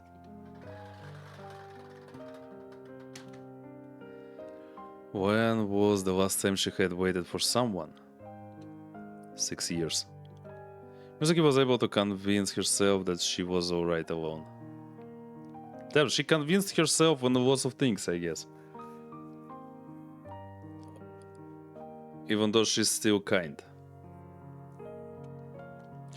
I mean, I perceive her as a kind person. Now that she had company again, she was finding it hard to believe. While she waited, she decided to pray. The god of the shrine hadn't answered in years.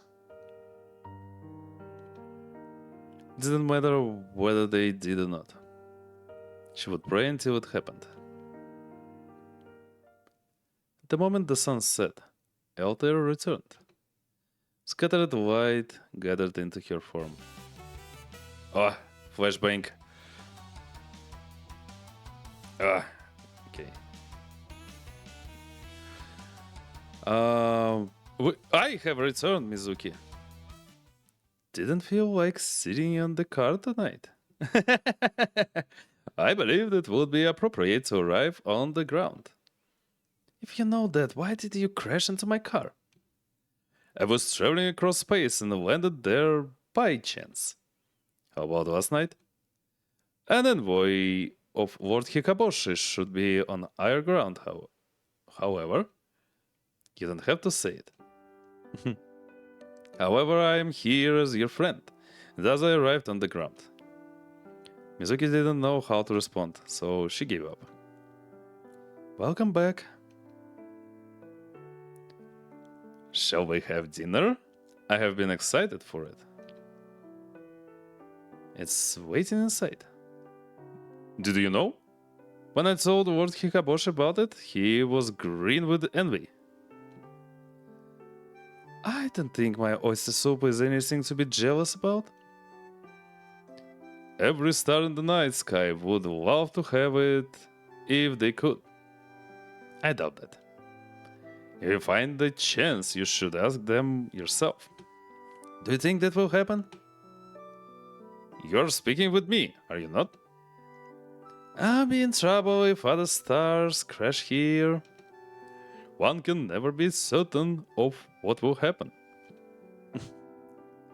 Mizuki had the image of several Altair crashing into the parking lot. Even with the money from the meteorite that could cause her trouble.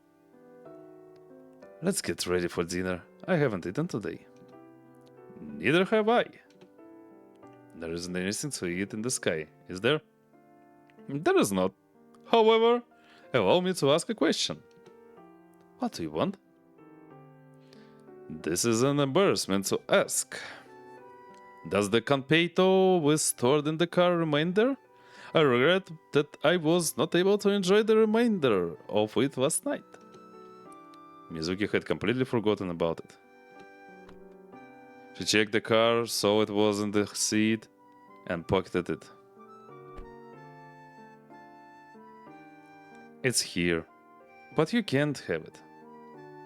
Why, Mizuki? You are aware how deeply I enjoy. You can have it after dinner. You shouldn't have sugar before a meal. Ah, is that the conventional wisdom of this world? I would prefer to have Kanpei at this moment, yet I possess the patience to wait. Let's go inside. Mizuki led Altair to the living room where the seafood was waiting on the kotatsu. Altair was immediately distracted by the foam box holding the seafood. This container was not present yesterday. Oh, what is this, Mizuki? Altair prodded the box from every angle, trying to learn about it. It's a nice box. It keeps cold in and heat out. Another convenient object. Surely everyone must possess one of these. Most people have a better box. Yeah, refrigerator. A container superior to this? What sort of container would that be? A box that can create cold instead of only keep it in. Yeah, refrigerator or freezer.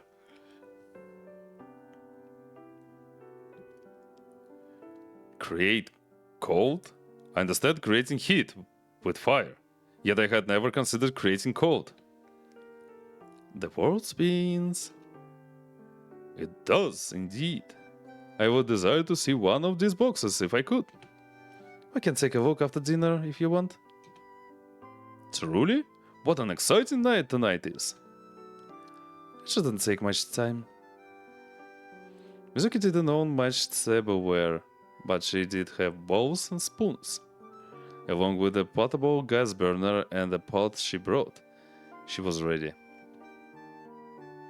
The stage was set for an unrivaled display of cooking, at least by the standards of Mizuki. To view my meal as it is being cooked, what a privilege! It's nothing to be impressed about. May we make a request?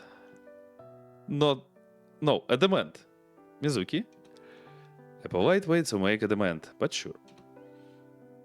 I ask that you explain what are you doing as you cook. I don't want to. That's embarrassing. I would not understand the process without commentary.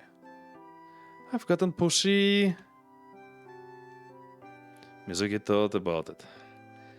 Was she willing to demonstrate as she cooked? She couldn't think of anything more embarrassing to do. But the alternative was being interrupted by others' questions. Alright. You're surprisingly willing to follow demands, Mizuki. If you think so, I'll start ignoring them. I apologize. I do not intend to take your willingness for granted. Mizuki placed her ingredients on the katatsu in front of her. She hadn't cooked in years, but this was easy enough, even for her. What she lacked in experience, she made up for with modern convenience. The cooking began. Such a cute art. I'll start by pouring water into the pot and turning the burner on. Okay, I'm gonna write it down. I'm not a cook, like at all. The burner? A combustion device similar to the car. Don't interrupt me, but like the car. I will remain silent. Once the water is hot, I'll mix in this instant soup. Mizuki could see Elter wanted to comment but was holding herself back. It's like the seafood ramen, but meant to be in a dish instead of eaten alone. Elter nodded enthusiastically in response. And then I'll mix in pre-cut vegetables. She dumped them unceremoniously into the ceramic bowl. Ceramic, yeah. Along with them, I'll mix in tofu. Sounds yummy. Because she didn't own a knife, she roughly cut the tofu with a chopstick. Then we wait. How impressive! I have always considered cooking a laborious process, yet you were able to cook while barely lifting a finger. In the past, this would have taken hours. Yet here we are, in mere minutes. I could never have conceived this. Sorry.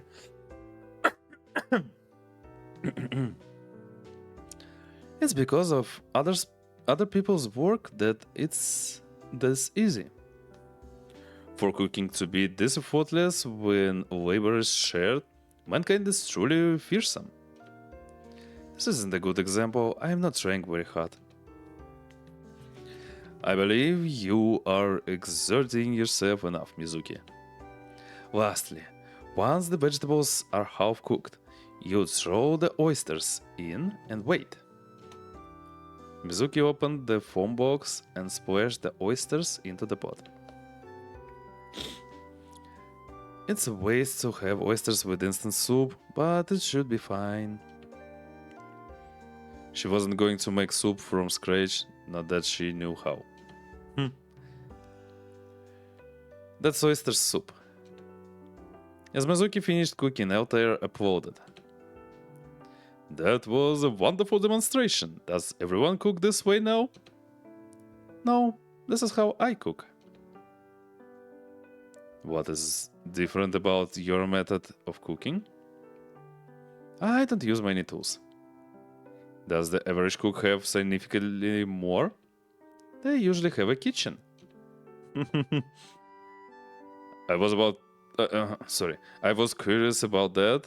You surprised me when you cooked soup on a single table. Cup ramen is considered a snack, not a meal. Do you consider it a snack, Mizuki? No? I believe I'm beginning to understand you, Mizuki. What do you mean? If I did not request it, you would never cook yourself a meal such as such as oyster soup. You're right. The two of them sat across each other quietly as the hot pot simmered. Oh, damn, I don't remember how this thing called though. I remember it was. No, was it in an anime probably?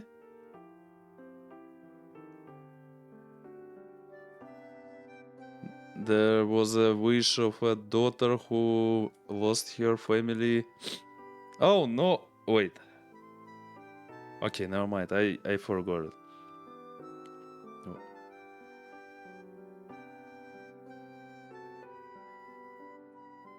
Yeah, I don't remember what I watched before Experiments Lane. That's why I forgot it.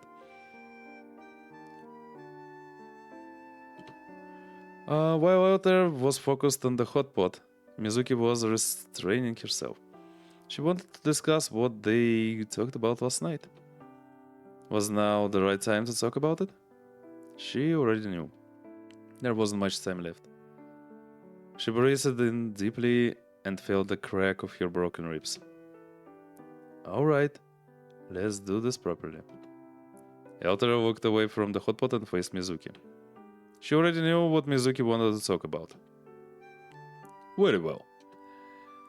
I introduced myself to you the night we met. Do you remember? I recall. Your hobby is beetle fighting and your favorite food is uni. That's right.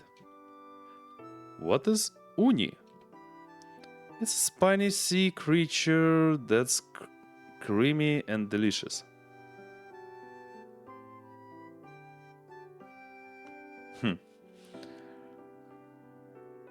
You messed up?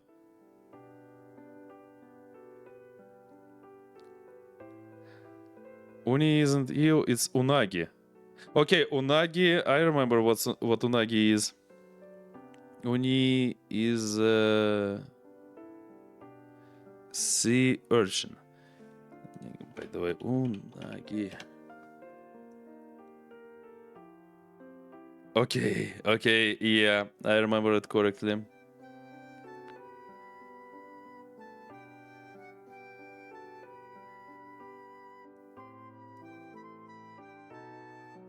It's interesting that you shouldn't confuse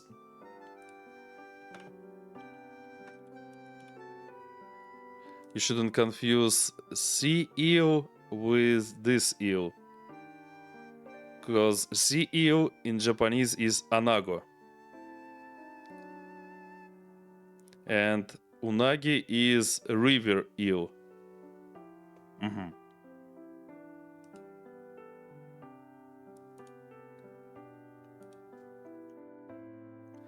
No, it's yeah, I just checked it. So sea eel is this one. And unagi is river eel.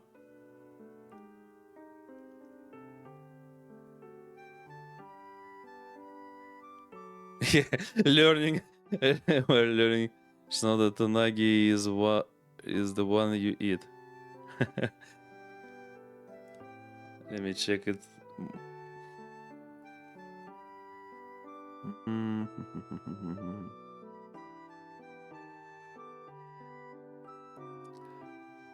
Unagi serves with unadon or unagidon. Especially in Japanese restaurants in Western countries. In damburi, a dish with cutted eel, which serves on a pillow of rice. Okay. I'm getting hungry. No, thanks. No. Okay, damn. Okay, that wasn't a good idea.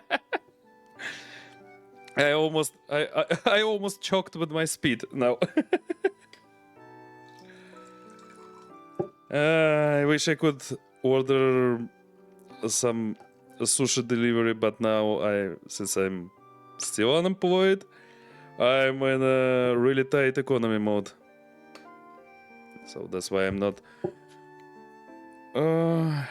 visiting Japanese restaurants or ordering any food delivery except for regular groceries until I get a job.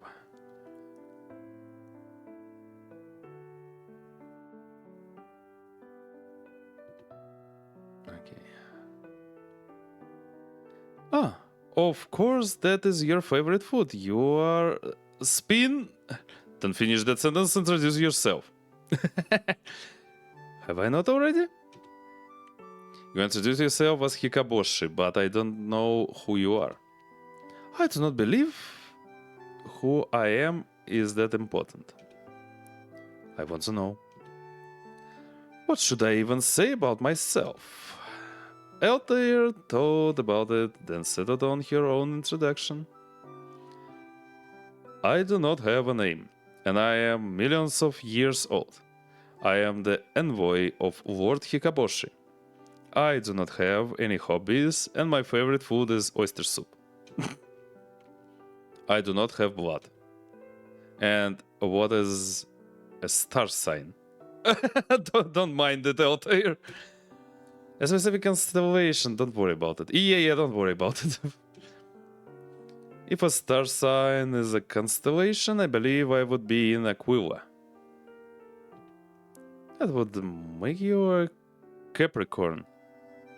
Capricorn. I'm not really into those. What's Capricorn?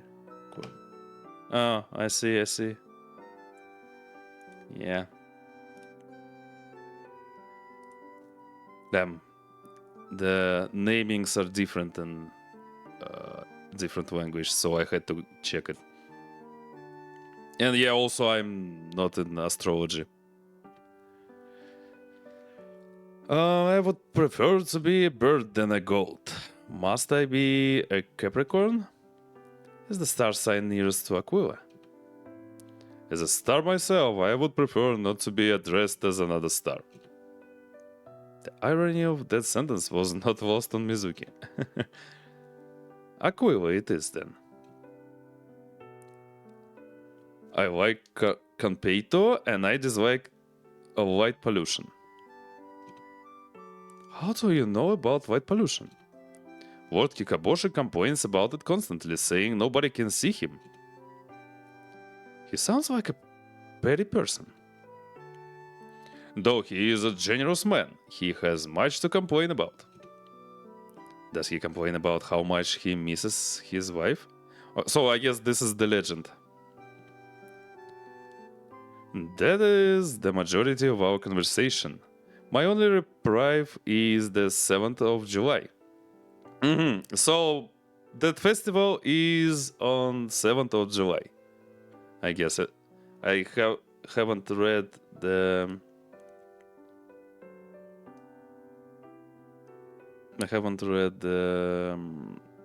article you've sent, Chatis, yet. But I guess this is. Let me open it. Yeah, meaning evening of the 7th. So Star Festival, Hashimatsuri. Originating from the Chinese Greeks. So yeah, date 7th day of the 7th lunar month. Oh my god. Yeah, basically 7th of July. You only get a break one day a year? You work hard. Indeed I do. This visit is an exception, however. How often are you allowed to visit here? Once every 400 to 500 years?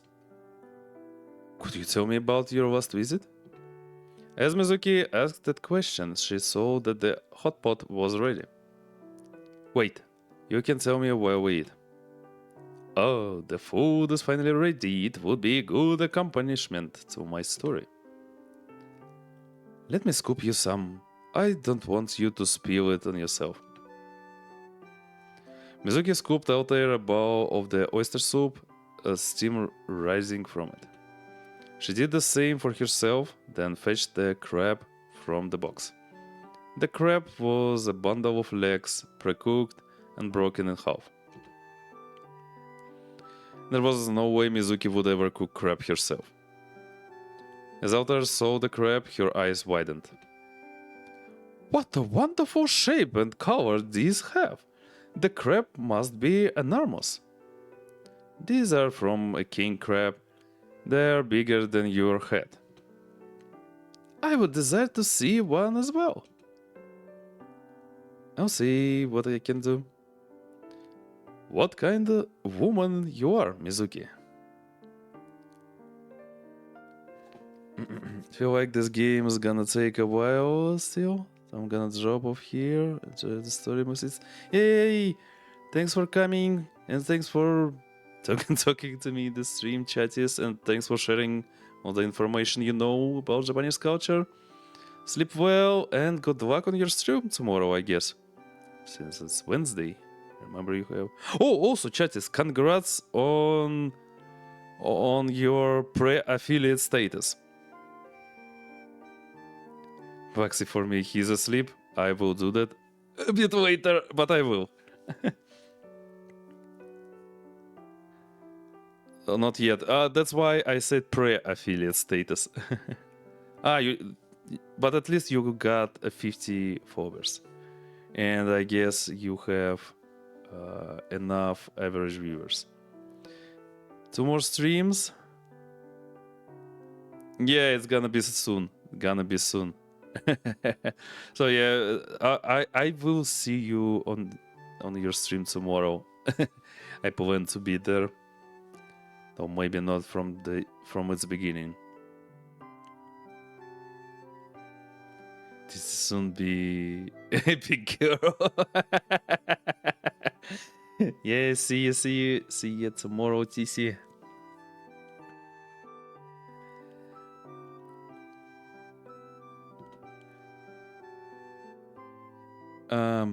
You could say that. Mizuki clapped her hands together in gratitude, and so did the Altair. Itadakimasu! Let's eat. Let us eat. The two of them started eating. Mizuki started with an oyster, while Altair went for the vegetables first. That's good. Mizuki hadn't had oysters since the last time her mom cooked them. The vegetables soaked the flavor of the soup exceptionally well. It did. Oh my god. I'm literally gonna choke with my spit. Now I feel even more hungry. Both of them focused on the food and the room was silent. Eventually, Elter finished all her vegetables and had her first oyster. Oh my god, this art is so cute. This is as delicious, no, even more delicious than during my last visit. This meat is bursting with the flavor of the sea. It is the sea here itself, is it not? If you think that, you would love your uni. Can we purchase it at convenience store? The convenience store doesn't sell everything. Uni is a luxury good. Did you purchase the oyster and crab from the convenience store? No, it was from a specialty store for seafood. Could you have purchased the uni there? They didn't have it available, or I would have. How inconvenient! It is a shame we will not be able to try it. Mizuki stopped eating. She was trying to think of how to mention it, but Altair did casually. Wasn't the author afraid of dying? Mizuki couldn't understand her. So, you wanted to hear about my last visit, did you not? I do. Then listen closely and be amazed. Before that, want another bowl? Elter nodded. She had already emptied her first bowl. If you would, we should be able to have 4 bowls each, should we not? You can eat as much as you want. What a wonderful thing to hear. Mizuki shook herself out of it and refilled the Elter's bowl. This would be their final meal together. There was no need to rush. They should be able to talk about everything they needed to tonight. Elder accepted her second helping of hot pot. I will start regaling you with my story soon. However, Elder glanced at the crab in the middle of the table. Should we not enjoy the king crab first? You're right. Mizuki took a crab leg from the pile and scooped the meat with her spoon. She took a bite, and the crab's sweet flavor spread through her mouth. That's good. Oishi! I can imagine that. And the food seems especially delicious to her tonight. Elder copied Mizuki, and her eyes widened. This is also the flavor of the sea, in a way unlike the oyster. This fresh, sweet flavor is akin to the wild blowing at the shore. It's good, isn't it? I could hardly conceive a more luxurious feast. You're welcome. Once more, you have our everlasting gratitude. If only she could have met Elter earlier. That was what Mizuki earnestly thought. Your story? Very well. The last time I visited this land was roughly 430 years ago. So 17th century, maybe 16th.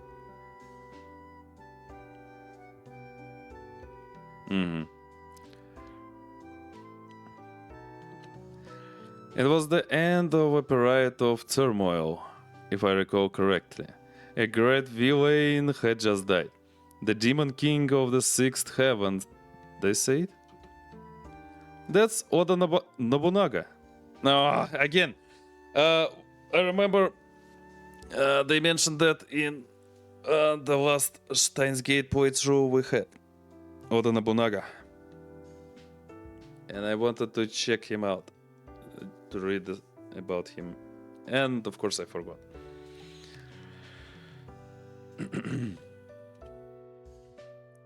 That was their name. They must be of great fame for you to remember them.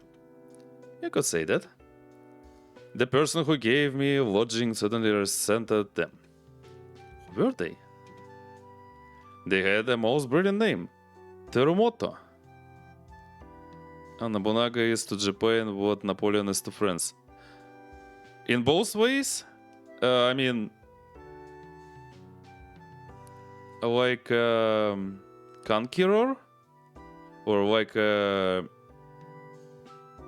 I don't know how to put it correctly without implying any political stuff.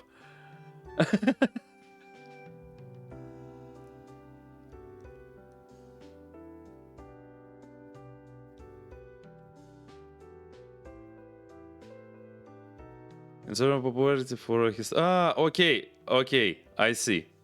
Now that explains stuff. I see. Conquest is a bonus. Okay.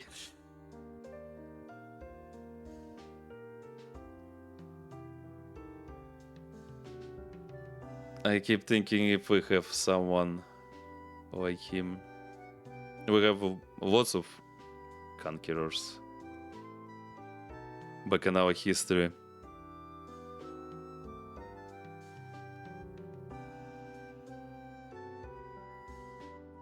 But okay.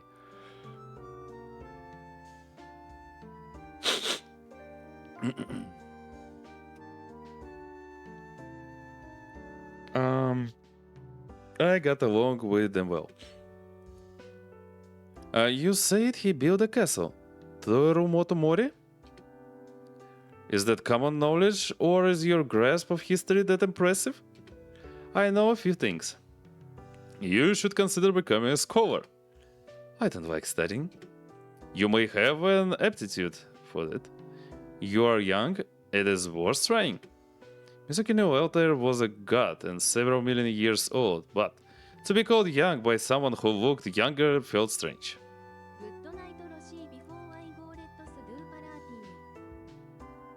Hey, let's go. And yeah, good night, Annie. Thanks for coming. Sleep well, rest well, get more strength for your drawings and stuff.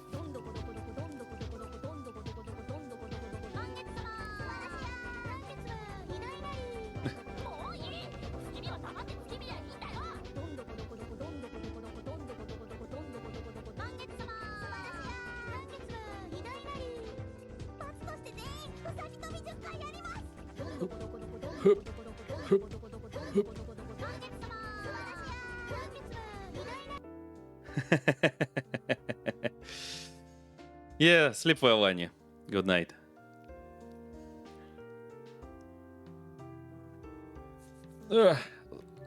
Sorry. Need to scratch my nose. Good night, Danny. You were saying? Ah, of course. I crashed through the roof of his house. Could you have landed more gracefully? When journeying across the heavenly river, waiting is an afterthought. You said something similar earlier. Regardless, Toromoto immediately pointed a sword at me. I can't blame him. I glowed and introduced myself as Hikaboshi, which calmed him down. When I asked him about his wish, he said a similar thing to you. Fix the hole in my roof. What a sensible man! I brought him to the corpse of a star and he was overjoyed. He threw me a feast and that was where I had oyster soup. Was that the most important thing about the visit to you? No, not the most important, the most memorable. Elta took a sip of her soup as if to remind herself of the past. I left him soon after on good terms. If I may ask a question, do you know what happened to him after I left? He lived in a good life and died at 72. Oh, nice. For those times, for 16th century, damn. 72 is a good number. That is pleasant to hear. He was a simple man at heart, Toromoto. Mizuki didn't know how to respond, so she ate. There was a sentiment behind Altair's words she couldn't quite grasp. Mizuki prepared her resolve. There was something important they had to discuss. Can I ask you a question? You do not require my permission, Mizuki. You're going to die tonight, aren't you? It was the question Mizuki had avoided. Elder didn't answer immediately and took another sip of soup. I am. I did not intend to tell you. I thought to fade as you slept. You didn't need to tell me, I already knew. You said you were visiting for 3 nights. You said your light was fading away, and gods are similar to cats. To be called a god and a cat in a single night. Could you explain the meaning, Mizuki? Do you know what a cat does when they are about to die? I'm unaware. They might find somewhere where nobody can see them, then die alone.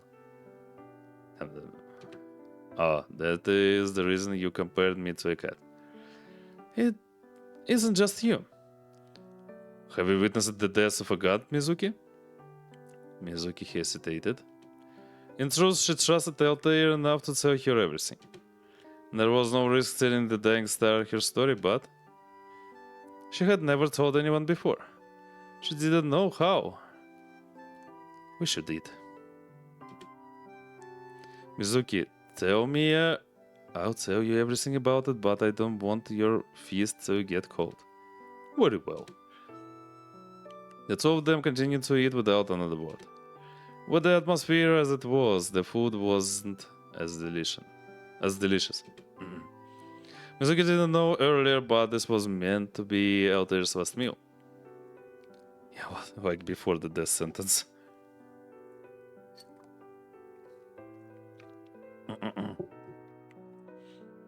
And she couldn't stand it ending this way. I wish. As Mizuki started to speak, Altair paid attention. I have been waiting to hear your true wish, Mizuki. Whatever you desire, I swear to do my utmost to grant it. I wish to be with you until the end. Did you not have another wish, Mizuki? That is what I desire to hear. What you want doesn't matter. This is my wish now. I suppose I cannot defeat you, Mizuki. I will grant your wish. No. No? I'll be the one granting your wishes. Mizuki took the kanpeito from her pocket and threw it onto the katatsu. Finish eating. We have a few places to visit. Very well. The pair ate with renewed energy and finished their food in record time. Alright. Once they were done eating, Mizuki and Altair got into the car. It was past dinner time, which meant the stores would close soon. Mizuki decided she would sate Altair's curiosity as much as she could. The cold box, seeing a king crab, tasting uni, anything else? You truly are granting my wishes, Mizuki. Allow me a thought, what else? Despite her curiosity put on the spot, Altair couldn't think of anything. She looked at the kanpeito she was holding. Maybe view the castle that Terumoto built? We can. That is all I desire at the moment. Alright. Mizuki started the car and headed out from the shrine. The first stop was a convenience store. They could look at the freezer there and Mizuki could have another popsicle. She parked the car and instead of leaving Altair's inside, gestured for her to follow. Are you certain, Mizuki? You're a god. Normal people can't see or hear you. I was not aware of that. Does that imply you are abnormal, Mizuki? I can see and hear you because I am a shrine maiden. Then how could several people perceive me in the past? The world spins, people now aren't as sensitive to spirits. Even in the past, only Terumoto could perceive me clearly. He must have had sharp eyes. He was a man who could see many things. As they approached the convenience store, Mizuki warned Altair. People can't hear you, but they can hear me. Don't touch anything and keep quiet until we're back in the car. As you wish. The two of them entered the convenience store. Mizuki walked to the freezer and got a popsicle. As she did, Altair examined the freezer closely. As you stated, Mizuki, this box can create cold. When Mizuki didn't respond, Altair remembered to keep quiet. Mizuki paid for her popsicle and the two of them left the store. They returned to the car and as Mizuki started it, the food gate broke. That was truly a superior container. Unlike the box you used for the seafood, which contained ice, this box was able to create cold without it. The ice on the inside of the box is simply the result of the cold rather than the cause. What is the mechanism of the cold box? Do you want... I do not desire a hint, Mizuki. You are already wet. Do you want a bite? Mizuki offered Altair a bite of her popsicle. It was a cheap popsicle with a crunchy ice texture popular with the children. I would certainly appreciate the taste. What would this food be? It's a popsicle, a cold dessert. A dessert? I would not have expected this to be sweet. Altair bit into the popsicle. This is cold. I have never eaten anything as cold as this. I am reminded of space. The texture is akin to ice, yet soft enough to bite, and sweet, sweeter than sugar. Altair handed the popsicle back to Mizuki. Though I believe I prefer Kanpeito. That was an interesting food. Too sweet for you? I would need to become accustomed to the intense sweetness. Mizuki retrieved her popsicle and quickly tore through it. As Mizuki ate, Altair had a Kanpeito and contemplated the freezer. It should not be possible to create cold without the mechanism. I'll drive while you think. Mizuki drove to the store where she brought the oyster and crab. She recalled that there were live king crabs being displayed in front. It wasn't as good as an aquarium, but those were closed this way. She broke Altair out of her thought. Where are the king's crab? King crab. Is it possible to emit cold as he... Have we arrived already? We have. Then we should not test the patience of royalty, Mizuki. The pair once again left the car to view the window. In the dark of the night, the king crabs were docile.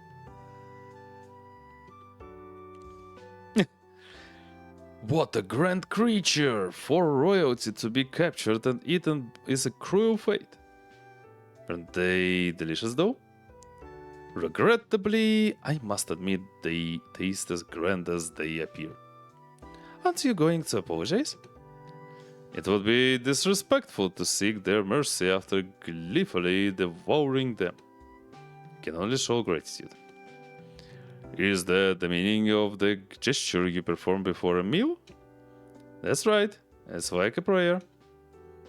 In response, Altair faced the king crab thing and clasped her hands. I am grateful I was able to enjoy the blue-blooded flavor of your kin. After Altair showed her gratitude, the pair returned to the car for the next stop. Uni, Mizuki's favorite food, wasn't available at that store. That meant her only choice was to order from a restaurant. She normally wouldn't, but she had recently come into money. True. Oh, let me save though. I don't remember when we saved last time. No, we can make a break soon though. Yeah, okay, 80 break is gonna start in 15 minutes. We're gonna make a break. Then. 1 uni and spinach for takeout, 2 pairs of chopsticks. Mizuki wouldn't be able to share with Altair if she didn't in. The waiter accepted her order and Altair spoke as they left. Are uni and spinach known to accompany each other well? It's a local delicacy. Mizuki's order soon arrived and she brought it to the car. Uni and spinach was, as Mizuki said, local to Hiroshima. The ingredients were fried in butter soy sauce and accompanied by a baguette. Sorry, I couldn't resist. A savory aroma filled the interior of the car as she opened the container. Want the first bite? Mizuki extended the container toward Altair. If you would, allow me to discover the flavor of uni. Altair picked up a piece of uni with her chopsticks and ate it in one bite. Ushi! What an indescribable flavor. Sweet, salty, creamy. I now understand what you meant, Mizuki. I can taste the sea itself down to the sand and stone, even the sauce enveloping it. A combination of east and west, of crop and dairy together. This is truly delicious. However, I do not believe I can eat more this moment. The flavor is rich beyond measure. Would I be able to request the last piece of uni? I'll think about it. Mizuki ate the rest of the uni and spinach without any talk. She didn't get to enjoy uni often, so she savored the opportunity. When she ate almost everything, she mopped the sauce with the bread. She ate everything except for the last piece of uni and offered it to Elter. Elter gratefully accepted the uni and once again ate it in one bite. A spiny creature with a rich, complex flavor, uni truly is similar to you, Mizuki. I told you not to say it.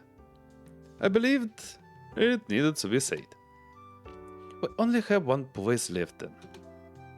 The castle of Toromoto. Is it distant from this location? It isn't. We're close. Hiroshima Castle was less than half an hour away. In that span of time, their trip together would be over. When she was about to start the car, Mizuki hesitated. Is there an issue, Mizuki? Oh, Alex, welcome in. Did you finish your stream?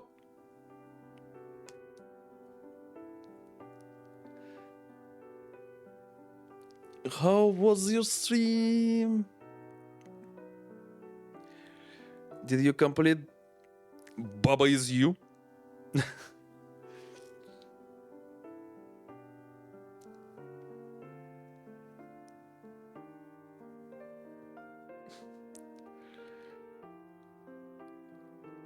Wanted to say already. Yeah, I wanted to. Or do you still stream? 3+ hours is fine. Yeah, I guess so. It's not even 1 a.m. So, from now on, I guess you're gonna start your streams earlier. Like at 9.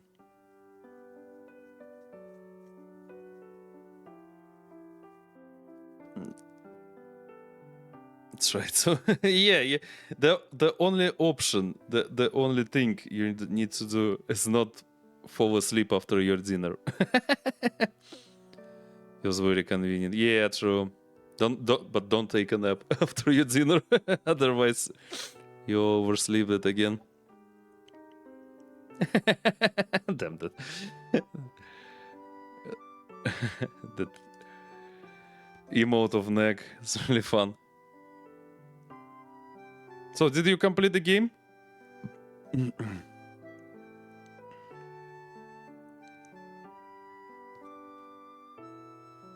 Fucking Baba Is You is such a brain melting game.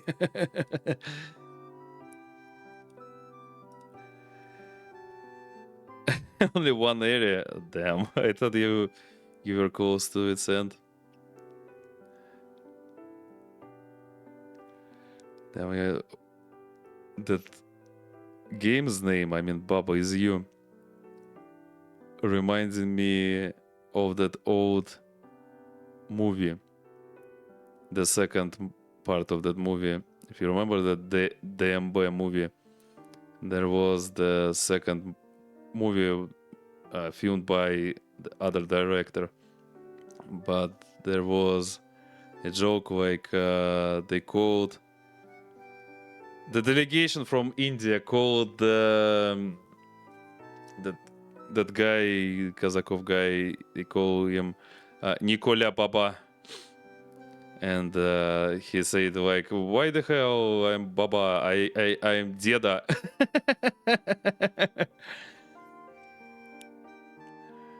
And that's why my first joke in the beginning of your stream was, are you sure that Baba is you? I thought you were Deda. Like the brain melting experience, feel of accomplishment is insane. I guess so, yeah. Pull up some crazy shit and complete the level. Truly. Yeah, like the fucking achievement. You don't have a barrel to sit inside. You can get it in some storage, I guess, in a warehouse.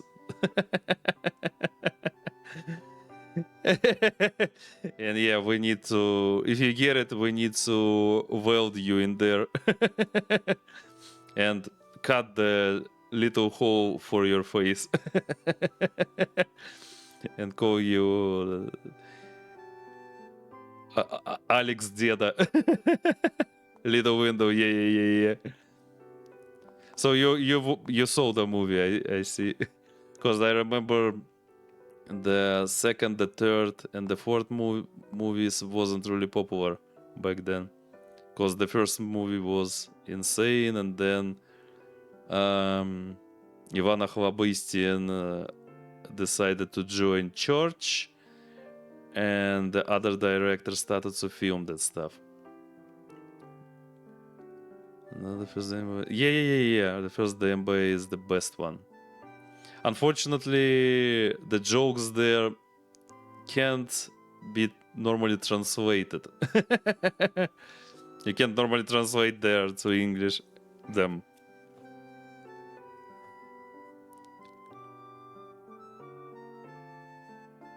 Unfortunately. Also, I don't know how many of you saw my message today. I asked everyone. I decided to not ping everyone, but I asked if any of you up to watch Scott Pilgrim together. Discord. This week, I mean. How's going?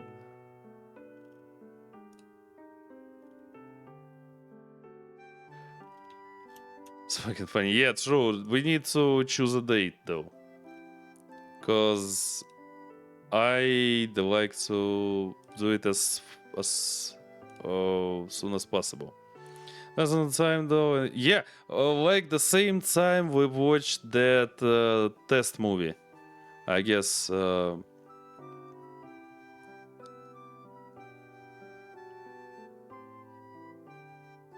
it like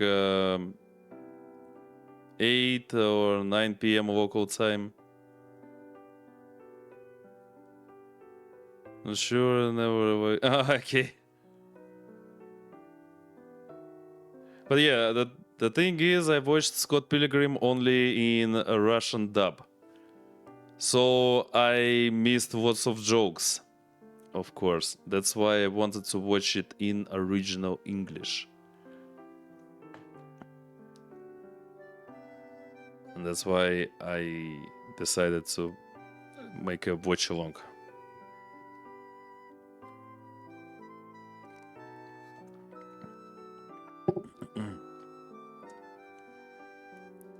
Okay, just 8 p.m. will work for you. Yeah, okay, nice. I guess I'll put I'm not sure. Yeah, cause not sure about Sunday. I need to make a poll of a day. Who and when is like free for that?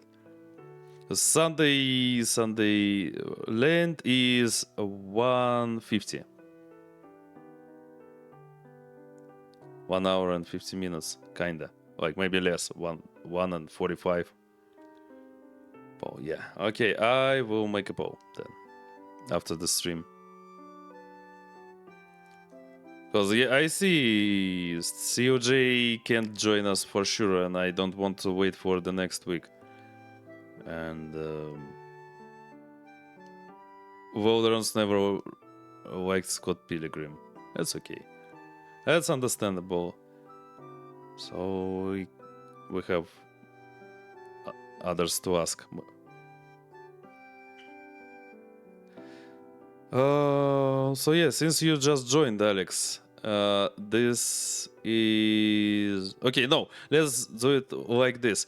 The 80 break starts soon. I'll make a break here, then I'll return and I'll tell you the story of this game. so you can participate and understand what's going on here.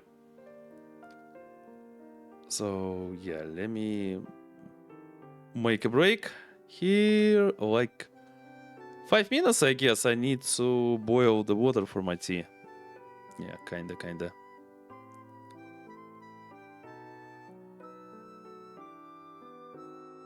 Okay. Yeah, I'll be right back in 5 minutes and explain everything about the game, and we will proceed.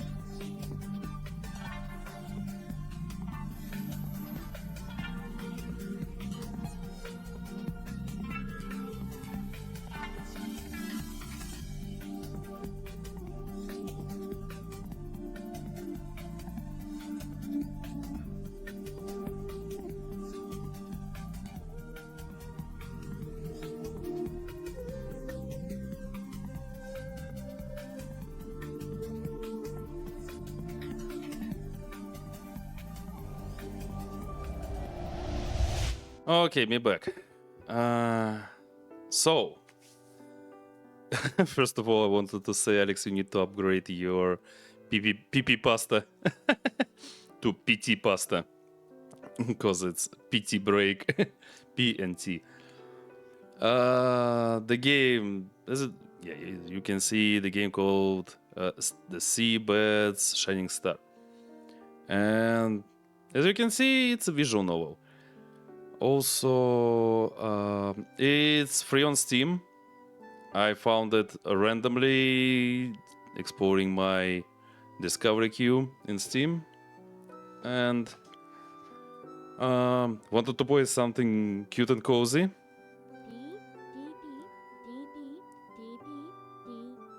Yeah, kinda. Yeah, like this. So, our main character is Mizuki, who serves as a maiden of shrine. Oh, the shrine belongs to god of desperation. And the visual novel started with the legend of that god of desperation. Pretty romantic story though. So one day, a shooting star fall on this maiden's car when she was about to make a wish. So she saw the shooting star and she wanted to make a wish, and then it turned out that the star is a cute character who said her name is Altair. Altair. Um, she came for 3 days, and her intention is to fulfill a wish of Mizuki. Mizuki didn't have a wish at that time. Yeah, Altair. And not that guy from Assassin's Creed. Yeah, I knew it. I knew that you're gonna mention Assassin's Creed.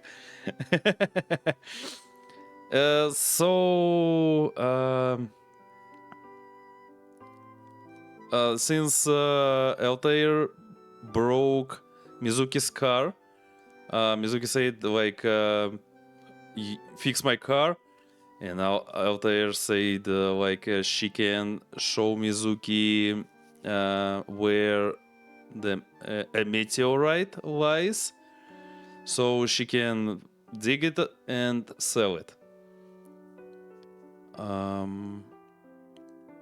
They went there the next night, and they found that meteorite. And when they were carrying that meteorite, they were going back to the Mizuki's car. Unfortunately, Mizuki fell off. Oh my god, English. From a hill, and I want to say from a cliff. And he started to remember her past. I mean, Mizuki. So Mizuki's father basically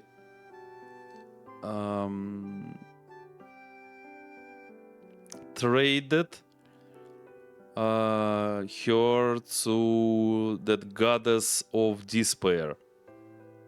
So the goddess of despair fulfilled his wish. He wanted to get married, kind of like that. And as something in a trade, her Mizuki's father traded Mizuki to the goddess. And Mizuki was like kind of 6 years old, and that goddess, she was like a mother to Mizuki until 18, so 12, for like 12 years. And then since the goddess was the goddess of despair, she couldn't stay with Mizuki because Mizuki felt happy, and well, understandable. So goddess of despair could be normally like alive when there's a person is in desperation nearby. So she disappeared, and somehow Mizuki forgot about it. And here's Altair accidentally fell on her car. So much stuff happened in 3 hours. Yeah, the game has lots of events though. And then Altair said that she's dying too. And here we are in the last night before Altair's death. And Mizuki decided that she's gonna show everything to Altair in the in Japan, like modern Japan, since the last time Altair was in Japan, it was like 16th, maybe 17th century, kinda,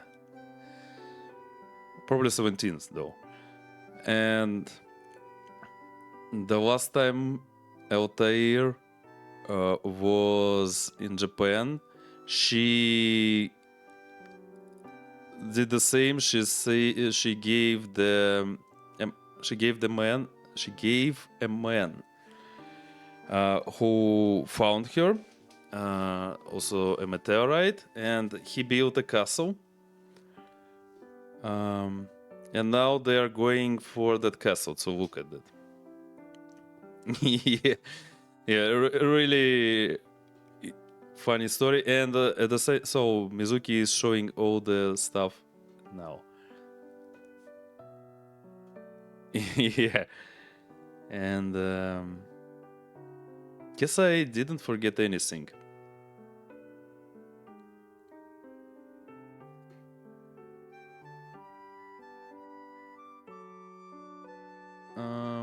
Trying to recall. And yeah, funniest thing. So yeah, Mizuki sold that meteorite to the government, and she could keep all the money though, but she decided to make them split like 80 to 20. And she gave 20 to the policeman who found her, because Altair couldn't help anyhow after that fall from a hill, Mizuki's fall. So somehow Altair was able to call the police, and Mizuki gave 20% of money to that policeman. But now she is kinda rich. Kinda. But she doesn't know what to do with those money and all that stuff. So now they are going to that castle. Damn, I forgot the name. And they're discussing stuff. Also, this game is pretty chill. Not much of dialogues, not much of text, but they could compress all the information here, and you can see the art design. To me, it's really beautiful. It's kind of simple, but at the same time, pretty cute. I really like it. You'll see the characters soon, I guess. And the music is chill at the same time. Okay. So Altair is yellow colored text and Mizuki is blue colored text. Is there an Asian Mizuki? There isn't. Mizuki knew she couldn't delay it. The night would end whether or not they went to the castle. The only difference was if Altair was satisfied. Mizuki wouldn't let her leave with any regrets. She started the car. After a short drive, the pair arrived at Hiroshima Castle. Yeah, they are in Hiroshima, though. The castle loomed over the city with a watchful eye. It was the final destination of their enjoyable trip. Once they finished here, there was nothing left. Yeah, look at the characters' design, Alex. They're kind of simple, but at the same time have something in them. I mean, their design is really cute.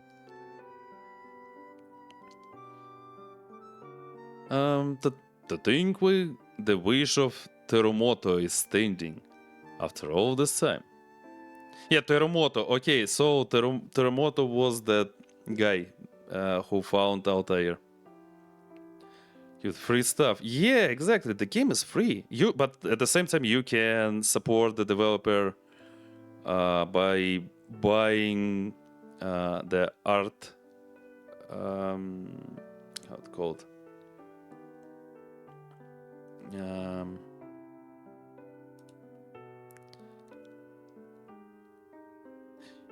You can buy their ebook about making the game for only like 150 rubles. A bit more, like $1.50. But yeah, this game is this year. It was released like a week ago. Probably.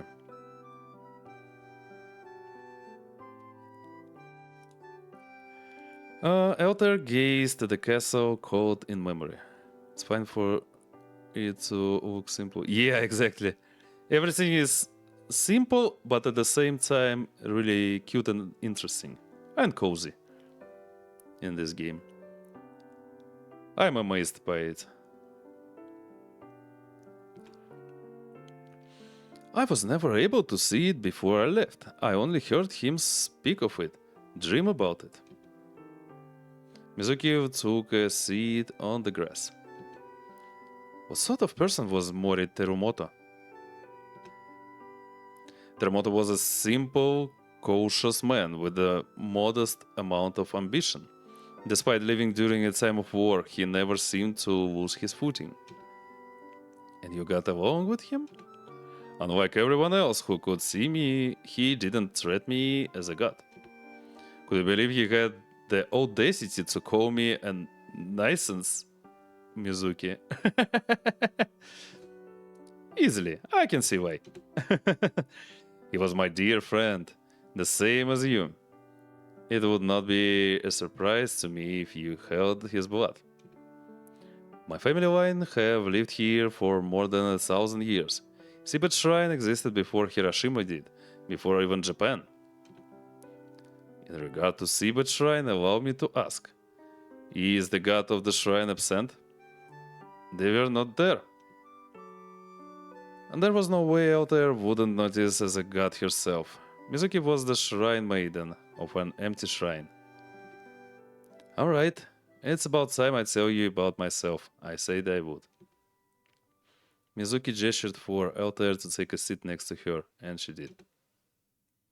She had never told anyone her story, not that they'd understand. My father was the caretaker of Seabed Shrine before me. He fell in love with a woman, and after she gave birth to me, she abandoned us. I don't know the reason why, and I don't care. When I turned 6, my father decided to chase after that woman. He prayed to the god of the shrine and asked them to take care for me. But the god of desperation asks for a sacrifice to answer your prayer. What he sacrificed was me, and he washed his hands of me entirely. My father never returned, and the god raised me for 12 years. Oh, even 12 years. Yeah, alright, 12 years. Yeah, I was right. The god of Seabed Shrine. She's my mother, my only family. Once I turned 18, my father's prayer was answered. She could no longer take care of me. Okay, so that's the reason. So her father pursued that lady for 12 years. Oh my god. Not only could she no longer take care of me, she was fading. Only my father and I knew she existed, and she had been forgotten. Like a cat, she chose to leave instead of stay with me until the end. I haven't seen her since. So your true wish would be, I want to see my mother again. If she is truly gone, I cannot grant that wish. I know. The pair sat silently, wind blowing across the grass as the castle loomed. Mizuki stood from the grass and offered her hand to Altair. That's why I didn't want to tell you my wish. That's why I wished to be with you until the end. Altair accepted Mizuki's hand and stood from the ground. She seemed to be thinking about Mizuki's story. If nothing else, I can certainly grant that wish. I am grateful for your company, Mizuki. You know, this isn't the real Hiroshima Castle. What could you mean? What else could hold such grandeur? The castle Mori Terumoto built burned down. This is a replica. Oh, really? As long as it bears the name Hiroshima Castle, his wish is enduring. Hiroshima wouldn't be here without him, or you either. Oh, I guess I know why it was burned down. Maybe in the previous century by some fat boy?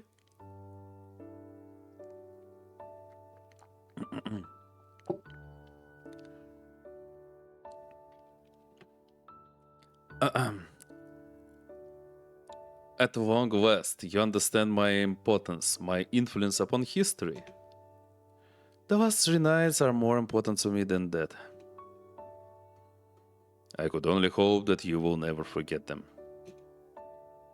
Mizuki started to head back toward the car. Let's go home. Wait, Mizuki. What do you want? I believe I understand how the code box works. Yeah. She saw the refrigerator and wanted to understand how it works. How do you think a freezer works? I believe the code box is not creating code, that is impossible. Instead, I believe the code box is taking heat from within and moving it. I believe that the box must be radiating heat equal to the cold inside.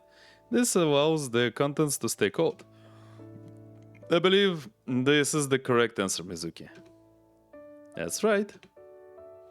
Once again, I have triumphed over a mystery of the modern age. I think you'd do worse if heat or combustion weren't involved. You should not take away from my accomplishment, Mizuki. Let's go home. And the pair drove home from Hiroshima Castle, done with their trip. Every question Altair had, even Mizuki's wish, had been answered. There was nothing left for the two of them to do except wait. A pleasant talk, maybe a snack, and the night would end.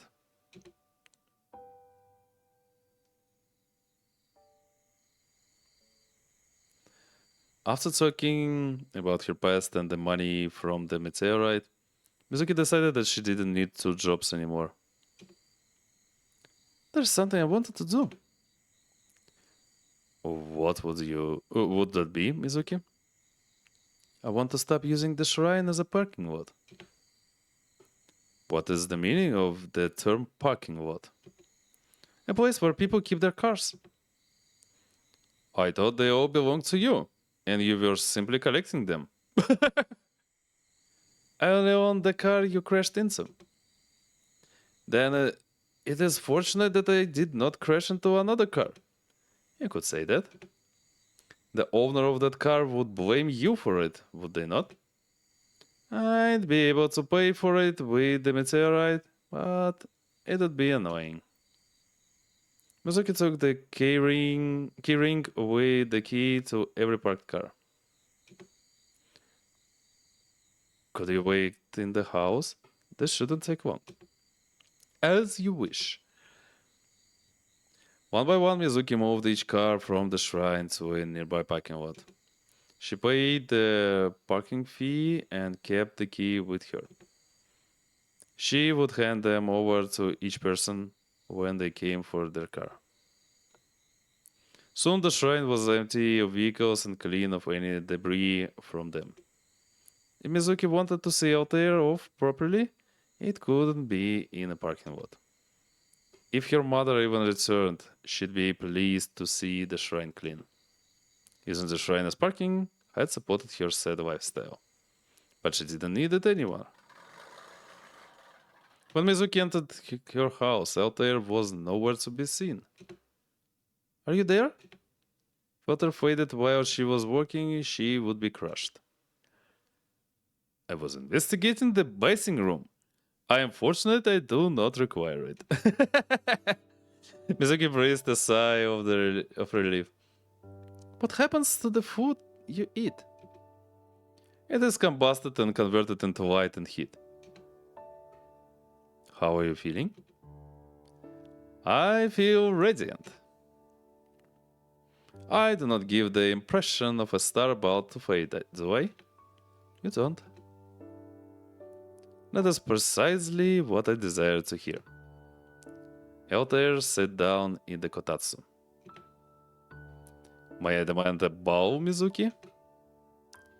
Mizuki got a bow from the cabinet and sat down as well. Returned the kotatsu on, causing soothing warmth to return. Altair poured her remaining kanpeito, about 4 bags, into the bowl.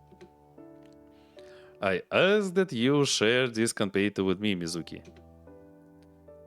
Mizuki took a piece and popped it into her mouth. It was plain sugar, but that wasn't bad sometimes. Why did you decide to share them? I do not believe I could finish them myself. I could eat them after you are gone. I desire to enjoy them with my dear friend. Mizuki laughed, then took another piece of kanpeito. Since we are talking about it, let me ask a question. Whatever you would desire to know, Mizuki. Are you afraid of dying? My body has been dead for an eternity, yet my light persisted. I am an existence similar to a spirit, a wisp of what I once was. However, if I had not persisted, I would not have met you. I believe I am only mildly afraid. I am prepared for the end. Mizuki looked at Altair as if she didn't know how to respond. After a moment of silence, she found the words she wanted. When my mother left... Sorry, wrong voice. Yeah. When my mother left, I hope she felt the same way as you, mildly afraid. If I could die feeling that way, I'd be happy. You should not consider death yet. You have a long life ahead of you. Altair continued slowly savoring kanpeito, while Mizuki crunched. Do you remember when I said Mori Toromoto lived to 72? I recall. The average life of a man at that time was 50. Yeah, I mentioned that too. That was a miracle that he lived that much. Toromoto may have been simple, yet even death could not catch him. He must have been a stubborn old man. It is my hope that you age the same way. That would be nice. The kanpeito in the bowl dwindled, but the night went on. What's it like working for Lord Hikaboshi?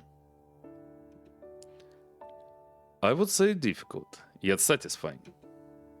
That sounds like an excuse. I have much to complain about, yet I am equally rewarded. The majority of the time, my work is acting as his envoy, ferrying letters across the heavenly river. Are most of the letters to Lady Orihime? Only mere. 90% of them are. I'm supposed 10% aren't. To be truthful, 95% would be more precise. Since you since you ferry love letters back and forth, you should have been named Vega. The joke has been told to me more than there are stars in the sky, Mizuki. I'm okay. I'm bad with Japanese legends and astronomy as well. Probably. Add another to the pile. What a cruel woman you are, Mizuki. Reached the bottom of the bowl and only Tsuka and Peito remained. Elter took one and Mizuki took the other. Elter looked right at Mizuki and for this last piece, crunched the kanpeit in her mouth, not savoring it at all. What a satisfying experience that was. I now understand why you do it. Do you want this last piece? I ask that you savor it, Mizuki. Alright. Mizuki placed the kanpeito in her mouth and let it melt. The sweetness spread across her tongue as the star faded, though it lasted longer than when she crunched it. Soon enough, it was gone.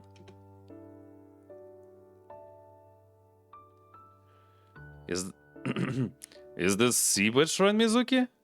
It can barely be recognized. With the cars moved, the shrine grounds were completely open. The feeling of divinity it once held was restored. It is. In the last 3 nights, not a single person prayed aside from you. There were 3 people. They just prayed before you arrived. There should be many more now that it has the appropriate appearance. They won't pay more than a parker though. Mizuki checked the offering box. The last people who park paid there, and as she said on her sign. She decided to leave it as the first offering of the renewed shrine. It didn't come from a prayer, but she thought the god wouldn't know. Elter looked at the shrine proper, devoid of a god. Mizuki, if you would allow me to ask, how often do you pray? Every day. What do you pray for? For my mom to come back? Elder stood in front of the offering box and prayed. 2 bowls, 2 claps, and I asked that you return to Mizuki. 1 bow, as deeply as she could. Even for a star, a god, there was no answer. I must not be desperate enough. You're only mildly afraid? I have accepted my circumstances long ago. Mizuki paused.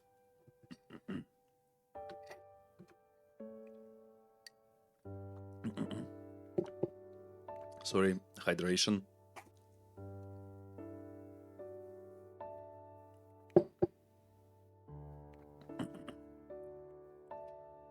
You've accepted your circumstances.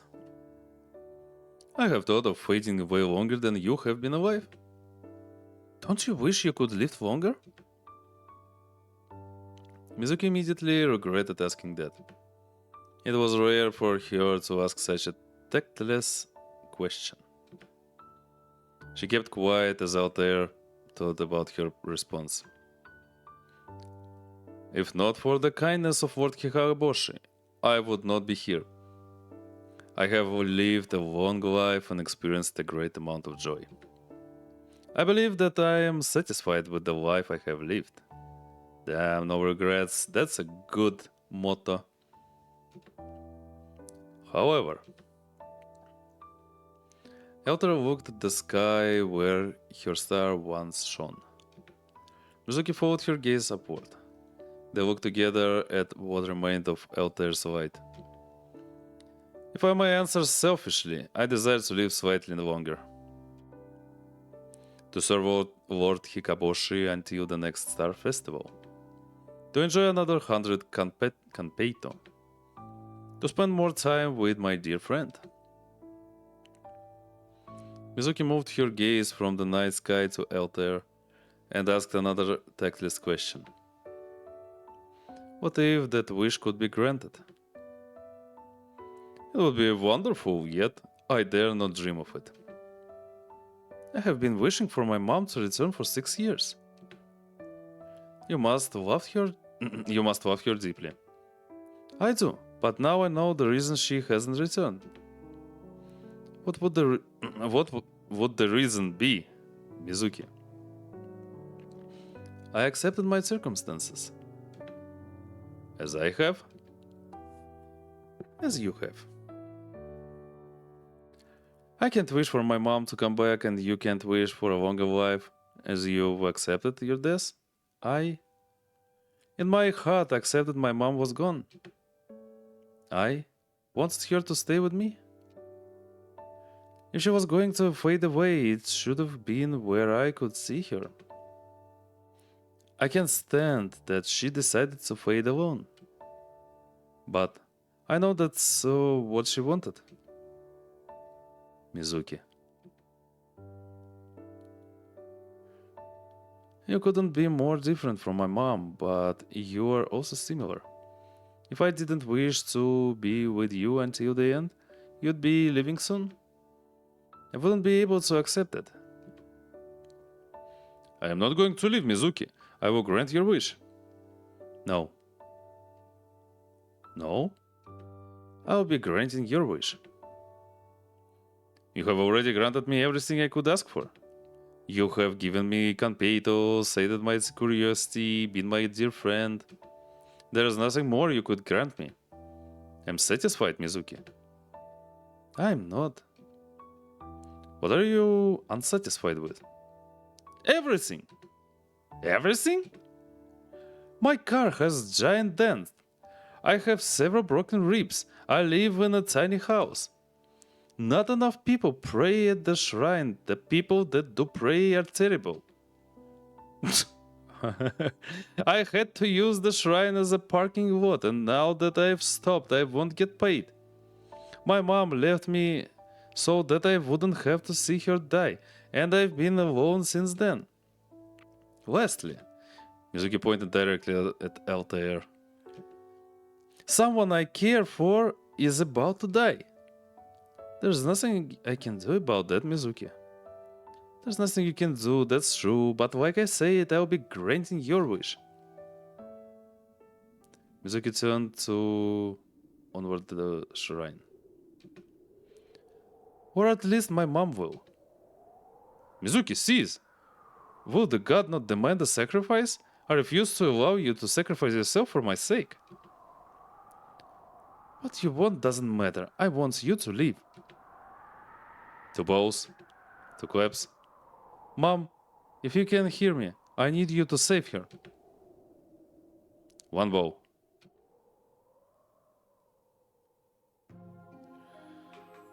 I've been watching over Mizuki since she was born. Once I fulfilled Hazuki's wish. Okay, so this is from her mother's point of view. Once I fulfilled Hazuki's wish, I couldn't feel myself fade away. I thought it would be mercy if I died where she couldn't see. I didn't know what it would create such a hole in her heart. 6 years had passed since I hid myself from her. I left the shrine and watched her from Hiroshima itself. As part of the city, it was impossible for her to sense me. I believed that eventually Mizuki would forget about me. She never did. She prayed every day, every night for my return. As long as she kept praying, I would never truly fade. Unfortunately, her prayers lacked desperation. She had already accepted that I was gone. As long as she wasn't desperate, her prayers were weak. A single piece of confeito rather than a meal. I had raised her with love, so she would want for nothing. Never thought that she would love me back as strongly. I was unable to fade and unable to manifest myself. I was an existence similar to a spirit. The moon reflected in muddy water. There was nothing I could do for her. Mom, if you can hear me, I need you to save her. I heard her prayer, felt her desperation. My form gained strength once more. I didn't want to answer her prayer, but I wanted to see my daughter. It's not a good thing that you can pray to me, Mizuki. I forced the words out of my mouth. They weren't the words I wanted to say, but she was able to understand me anyway. Yay! Mom has returned. At least for a moment, still. Before I could say anything else, Mizuki caught me in a hug. I hugged back. I missed her. Mom! Mizuki, I didn't want to answer her prayer. If I did, I would take something from her. Shut up, Mom! You can't tell me to. You abandoned me for 6 years. I can. I didn't abandon you. I was facing a... You should have stayed with me. There was no way I could win against my daughter. I raised her and she had grown while I was away.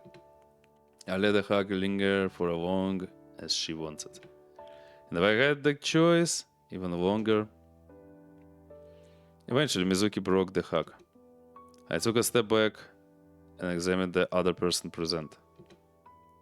Altair, a god in a similar situation to me. A god that was about to fade away. Alright. I organized the situation in my head and addressed Altair. Thank you for taking care of Mizuki. The pleasure was mine. However, I already knew what Altair wanted to say. She didn't want Mizuki to sacrifice herself. Neither did I. We had lived long enough. Could you change her mind, Altair? I will do my utmost. I will leave it to you. Mizuki and Altair looked toward each other. I'm not going to change my mind. You should not sacrifice yourself for my sake, Mizuki. You don't have a choice in the matter. I do not wish to harm you. I have lived long enough. I regret my selfishness earlier. It was a moment of weakness. Why don't gods ever understand? Mizuki glared at me for a moment. What do we not understand? That you'll be missed. That I'll miss you. I certainly understand that. However, do you want to leave? Not at your expense. Then you don't understand. If I do not understand, then explain. Tell me as clearly as you can manage. I cannot seem to arrive at the answer. Would you like a hint? Is this the appropriate time for a jest? It's the perfect time for a joke. Tell me the answer, Mizuki. We've spent 3 nights together. Have you enjoyed them? The prior 3 nights have been among the most enjoyable in my existence. Is that enough for you? I am satisfied. You're not, and more importantly, I'm not. I cannot ask for more. You should ask for more. How could it be enough? You're amazed at a boiler, a car, a freezer. You think Campeta is the most delicious dessert. You miss a man that you met 500 years ago. You don't know anything. There's so much that you haven't seen. There is so much that I haven't seen. I want to experience it with you. I wish to be with you until the end. At the time, I thought it would be your end. But if it's alright, I want you to leave. Can't you be with me until my end?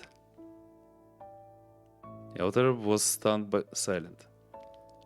It took her over a minute to gather herself. I believe I understand now, Mizuki. Do you? You value me enough that you are willing to sacrifice yourself. You believe my existence is worth paying an arbitrary price. To see me fade away would be a loss you cannot accept. I believe this is the correct answer, Mizuki.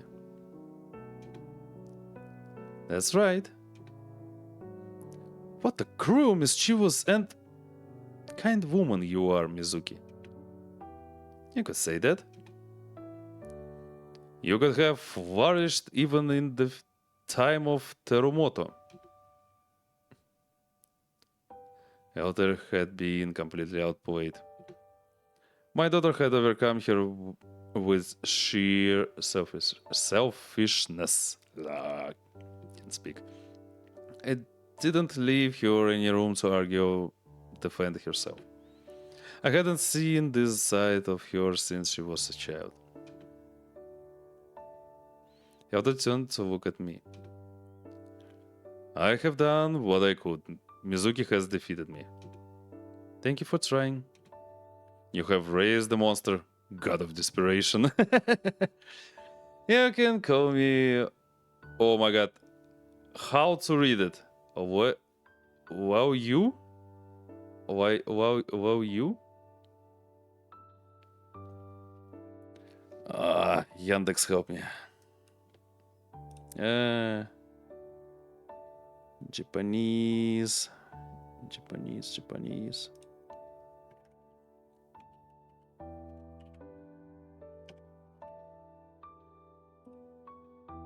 Wow, you.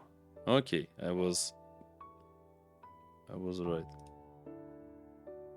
Roitsu? Wait, what? Okay, wow, you.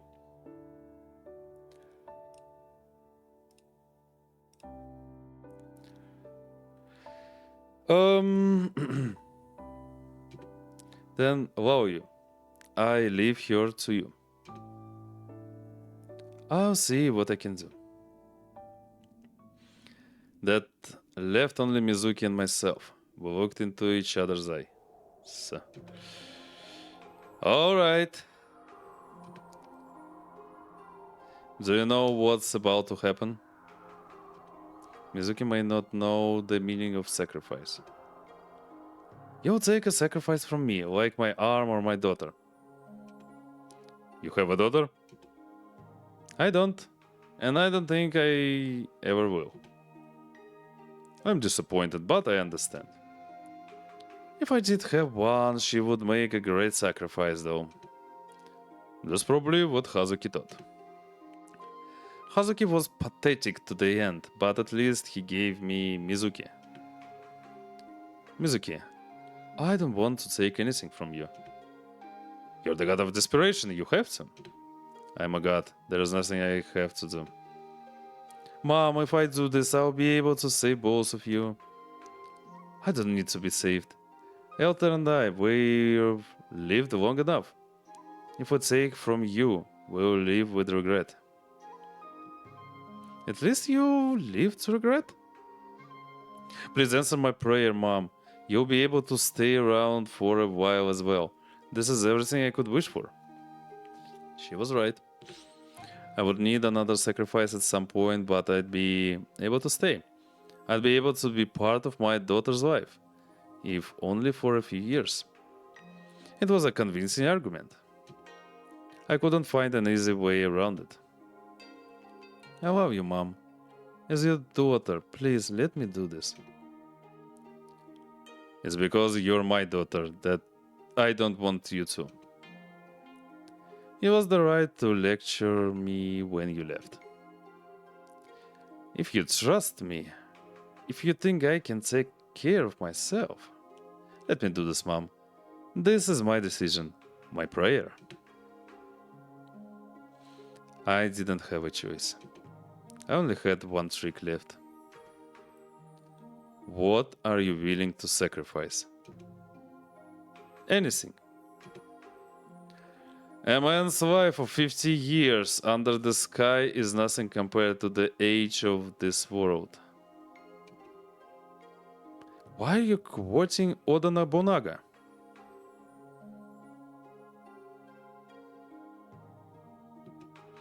Half your life.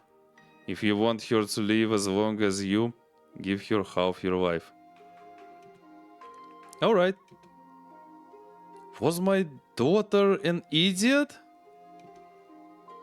You shouldn't accept that half your life is a ridiculous sacrifice. You're the one who asked. Alright, another sacrifice. Whatever you want. The shrine. I will take the shrine and you can never return to it or meet me. Surely she wouldn't accept this. You could see her hesitate thinking about it. We had finally reunited after 6 long years. Would she be willing to say goodbye to me for Altair? Alright. Do you care about Altair more than me? I was almost hurt by her accepting that sacrifice. I'll know you're around. At least we can say goodbye. I'll find desperate people and send them to the shrine. It'll be annoying to leave my house, but I'll figure it out. Now I know how you feel. Please don't say that, Mom. I waited for you for 6 years. You did. I didn't know what else I could take from her. She had shown she was willing to sacrifice anything. There wasn't any way that I could convince her. My last trick had failed. Alright. If I couldn't convince her to stop, I'd take the smallest sacrifice. She was my daughter. I didn't want to take anything from her. But I wouldn't be able to fulfill her wish if I didn't. Reluctantly, I held out a golden needle. I'll take your left eye. What a modest sacrifice. I am not a cruel god, Mizuki. Without hesitation, Mizuki took the needle. Thank you, Mom. Do you know what to do with it? Stab my eye? What else? My daughter was an idiot. You have to gaze upward at the star, Altair. Stab your eye while looking at it, and the eye will see her light alone. She'll be able to live for as long as you do.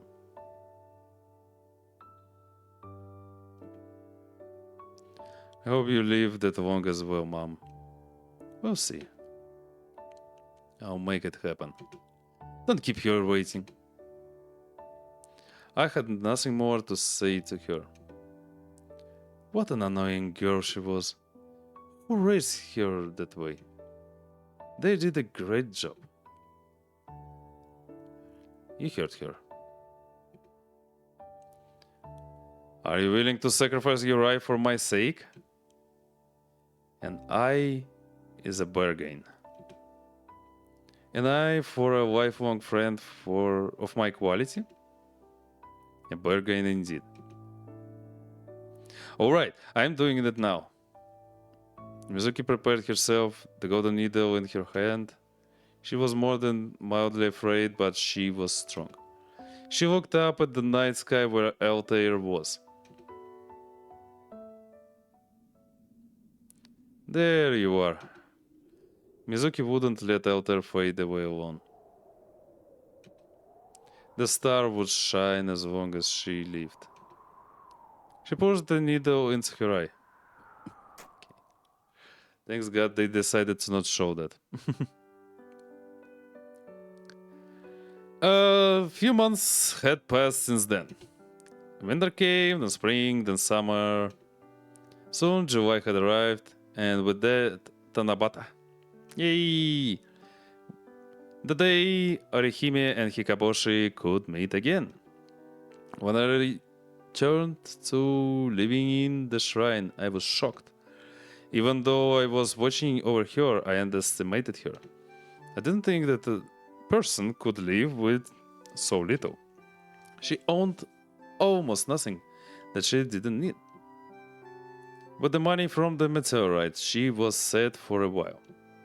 She didn't make as much from the shrine as before, but I was thankful it wasn't a parking lot anymore. Nobody wanted to pray in a parking lot. Without needing to work, Mizuki became lazy. Damn, I feel you, Mizuki. She would sweep the shrine and entertain people, but she was slow about it and acted like they were bothering her. That made her popular among a certain demographic of people. I know why Mizuki was acting aimless now. After she saved Altair, Altair had to return to the Heavenly River. She said that she had to speak with Lord Hikaboshi. She promised to return as soon as possible. One night now. 2 balls, 2 claps. I wish she'd come back faster. Ready to bed and ready to watch. Yay. I don't know how long this game is, but I feel like we are in the end of it. It's not long for sure.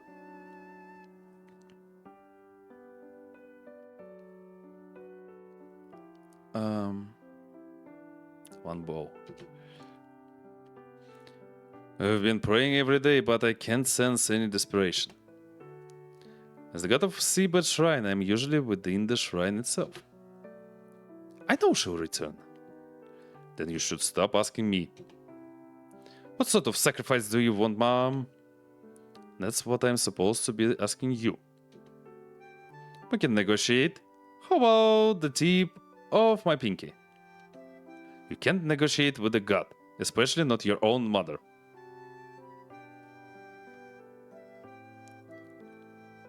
Wait, what? Ah, okay. I didn't know that word. Flabbergasted. Big brainy today. What do you mean, though? I don't think you mean your work. I guess you are happy that you finished some levels of Baba Is You. Please. Okay, let me hydrate. I can't speak.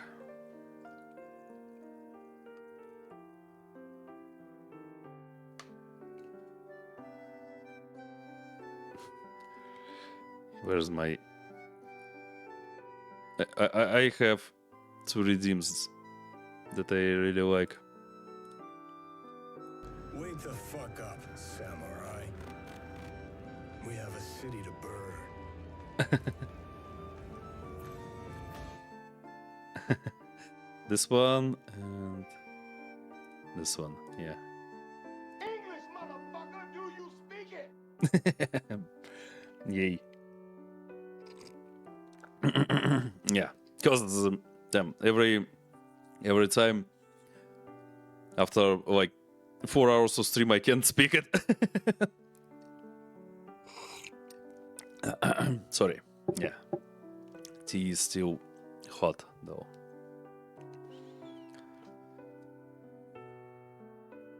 But I guess you meant the Baba Is You.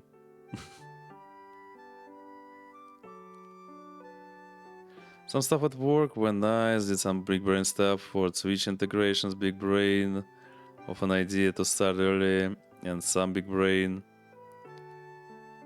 game moments. Yeah, so you have successful day today. Happy for you, Alex. That's amazing. Yeah, new redeems. New redeems that I tried to... You know, that Wake Up Samurai, I made it by myself, and that English, I just wanted to make it on my channel, find it somehow on sound alerts, and yeah, this is like the best one. Cause yeah, and wait, was there any more redeems? Also, check this out. Check. Yeah. I found that amazing GIF for that run song.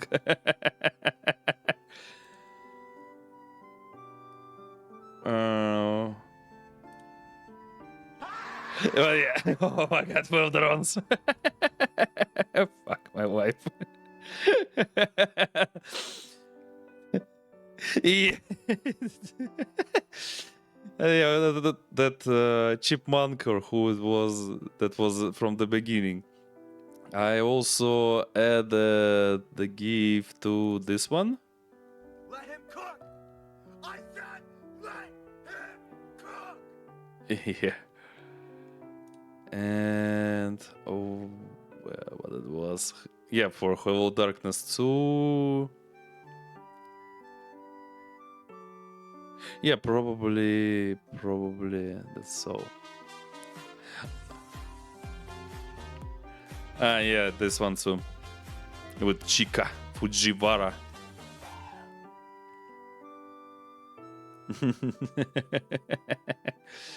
So yeah, I decided to add more fun stuff to my channel, cause only sounds is kind of boring idea. So some funny gifs, like mimetic ones, they could be more entertaining.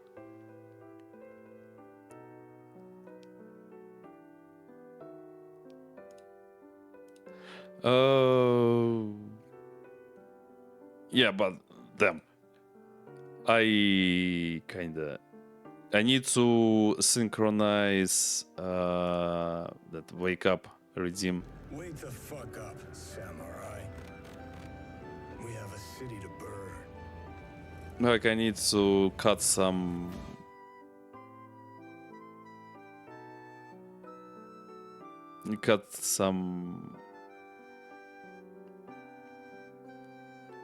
I forgot. Oh yeah, you did get the idea.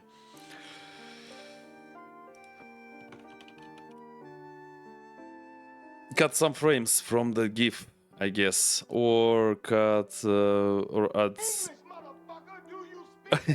Yeah, yeah, exactly. I can't.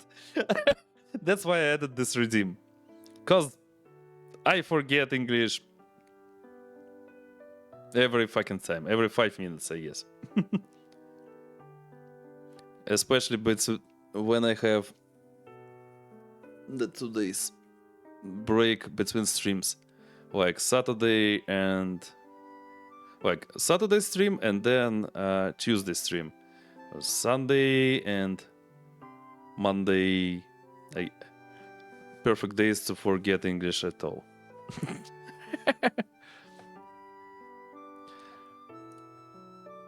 Okay, let's try to finish the game. You could at least do the chores around the house. Optimize position for redeems in your case. You're 25, you should do your own chores. You don't do anything except sit in the shrine. Oh my god, Mizuki. I'm supposed to do that. Randomize positions for redeems in your case. If the day will come and you'll get them. Not if, it's when. You'll get affiliated eventually. I believe in you.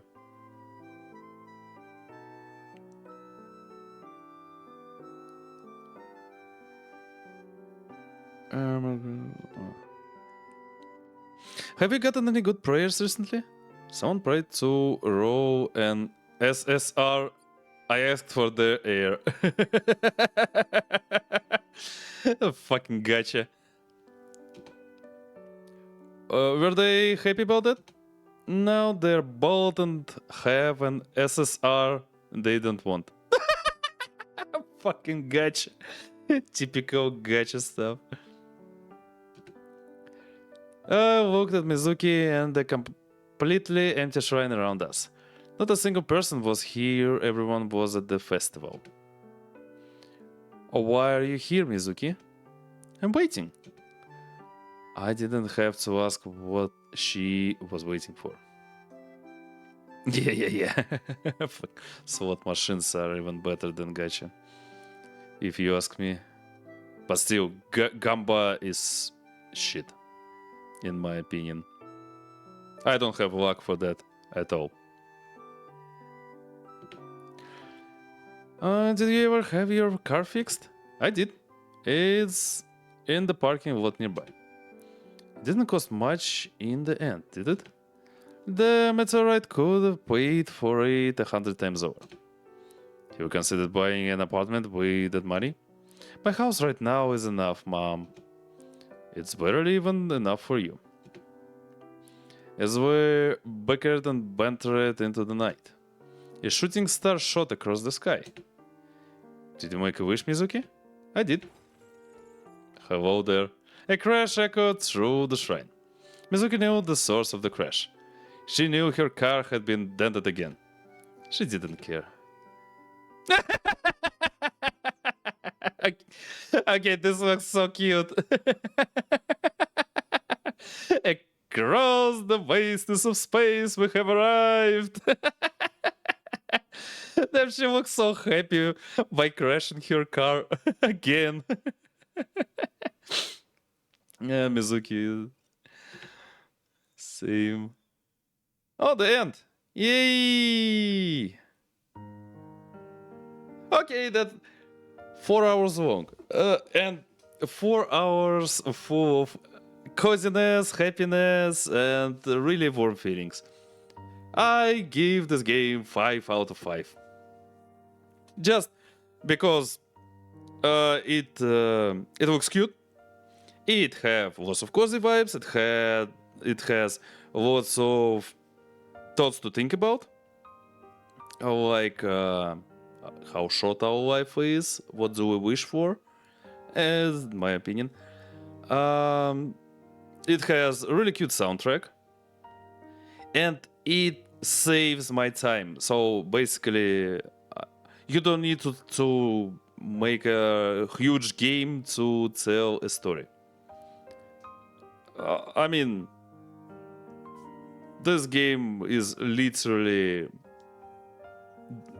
the best to best for relaxing stream, or if you want to calm your thoughts before you go to bed. I guess this game is literally perfect for that. Also about, yeah, thank you for the downloading the Seabed Shining Star. Where Circle Tsukiyaki, and this is our first visual novel. Art coding story by Tsukiyaki, original soundtrack by K-Ice, sound libraries used Freesound.org, Taira Kamori, made in Ren by 8.3.4, credits text TXT for more detailed attribution. Yeah, that's their first game. Maybe that's why they decided to distribute it freely on Steam. Anything here though? Hey, you don't need it. I was waiting for some choices or something, cause you can skip something after choices, and we didn't have any choices here. Basically, a short story, and I like it. It worth my time. It worth my time. I feel some warmth now. I can say it calmed me. because I had a day full of like bad thoughts, hard feelings, all that stuff. You know, typical for me. But this game calmed me down. We had no choices. Very realistic.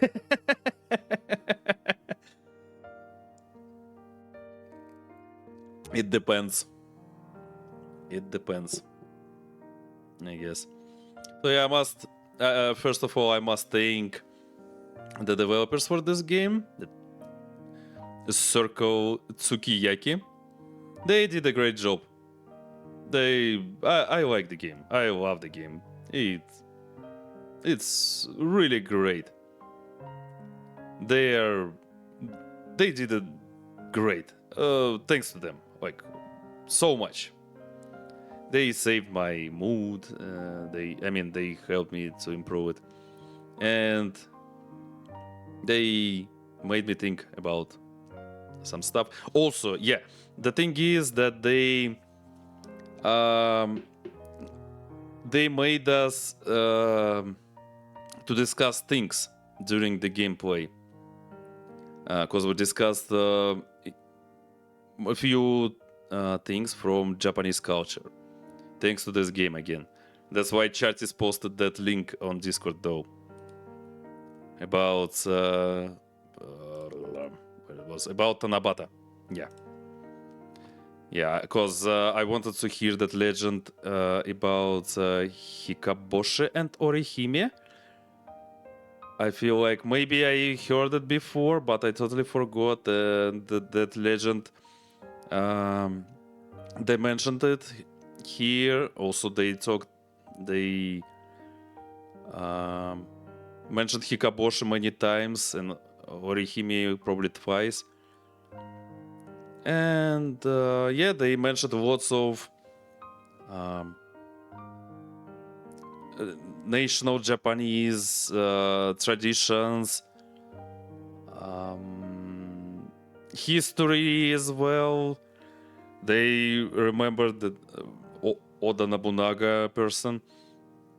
So yeah, that's great. A short game which has so much content. They made the perfect decision. I mean, the developers. Thanks to them. Like, that's amazing. I wish them. I don't know. They probably can't hear me, but I wish them huge luck, and I wish them to make more games. But next time for money, you know, with such interesting content. And not really long, like this one. I wish them really great luck in making more games and getting some inner happiness with them. Yeah, them. It's 5 out of 5. We're using 5 grade system here, so it's 5 out of 5 to me. I was really amazed and pleased to spend my evening. Sorry, damn, I can't think of. To spend my evening stream with this game. And thanks to thanks to Steam, because I found this game by accident on my discovery queue, and I gave it a shot by luck, probably, because I felt so upset this night, and this game seemed so cozy to me. I mean the screenshots, and I decided to install it. Also, yeah, the screenshots and that phrase on Steam's product page, like the developers say there, like they suggest players to have their ramen, their ramen cup during playing this game, during the gameplay.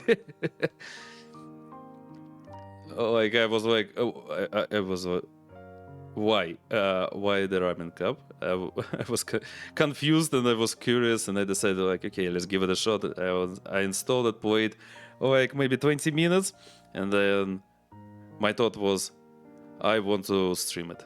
I want to stream it. I don't care how long it is.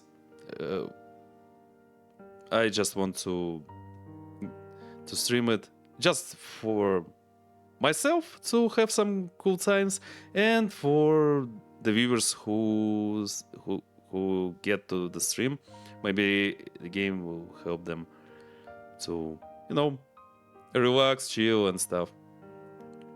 So yeah, again, thanks to the developers of this game, and thanks to you guys. Thanks for coming today. Thank you so much for coming, for all our conversations, for your support. I'm so happy. Oh my god, I'm so happy having you. Yeah, and I can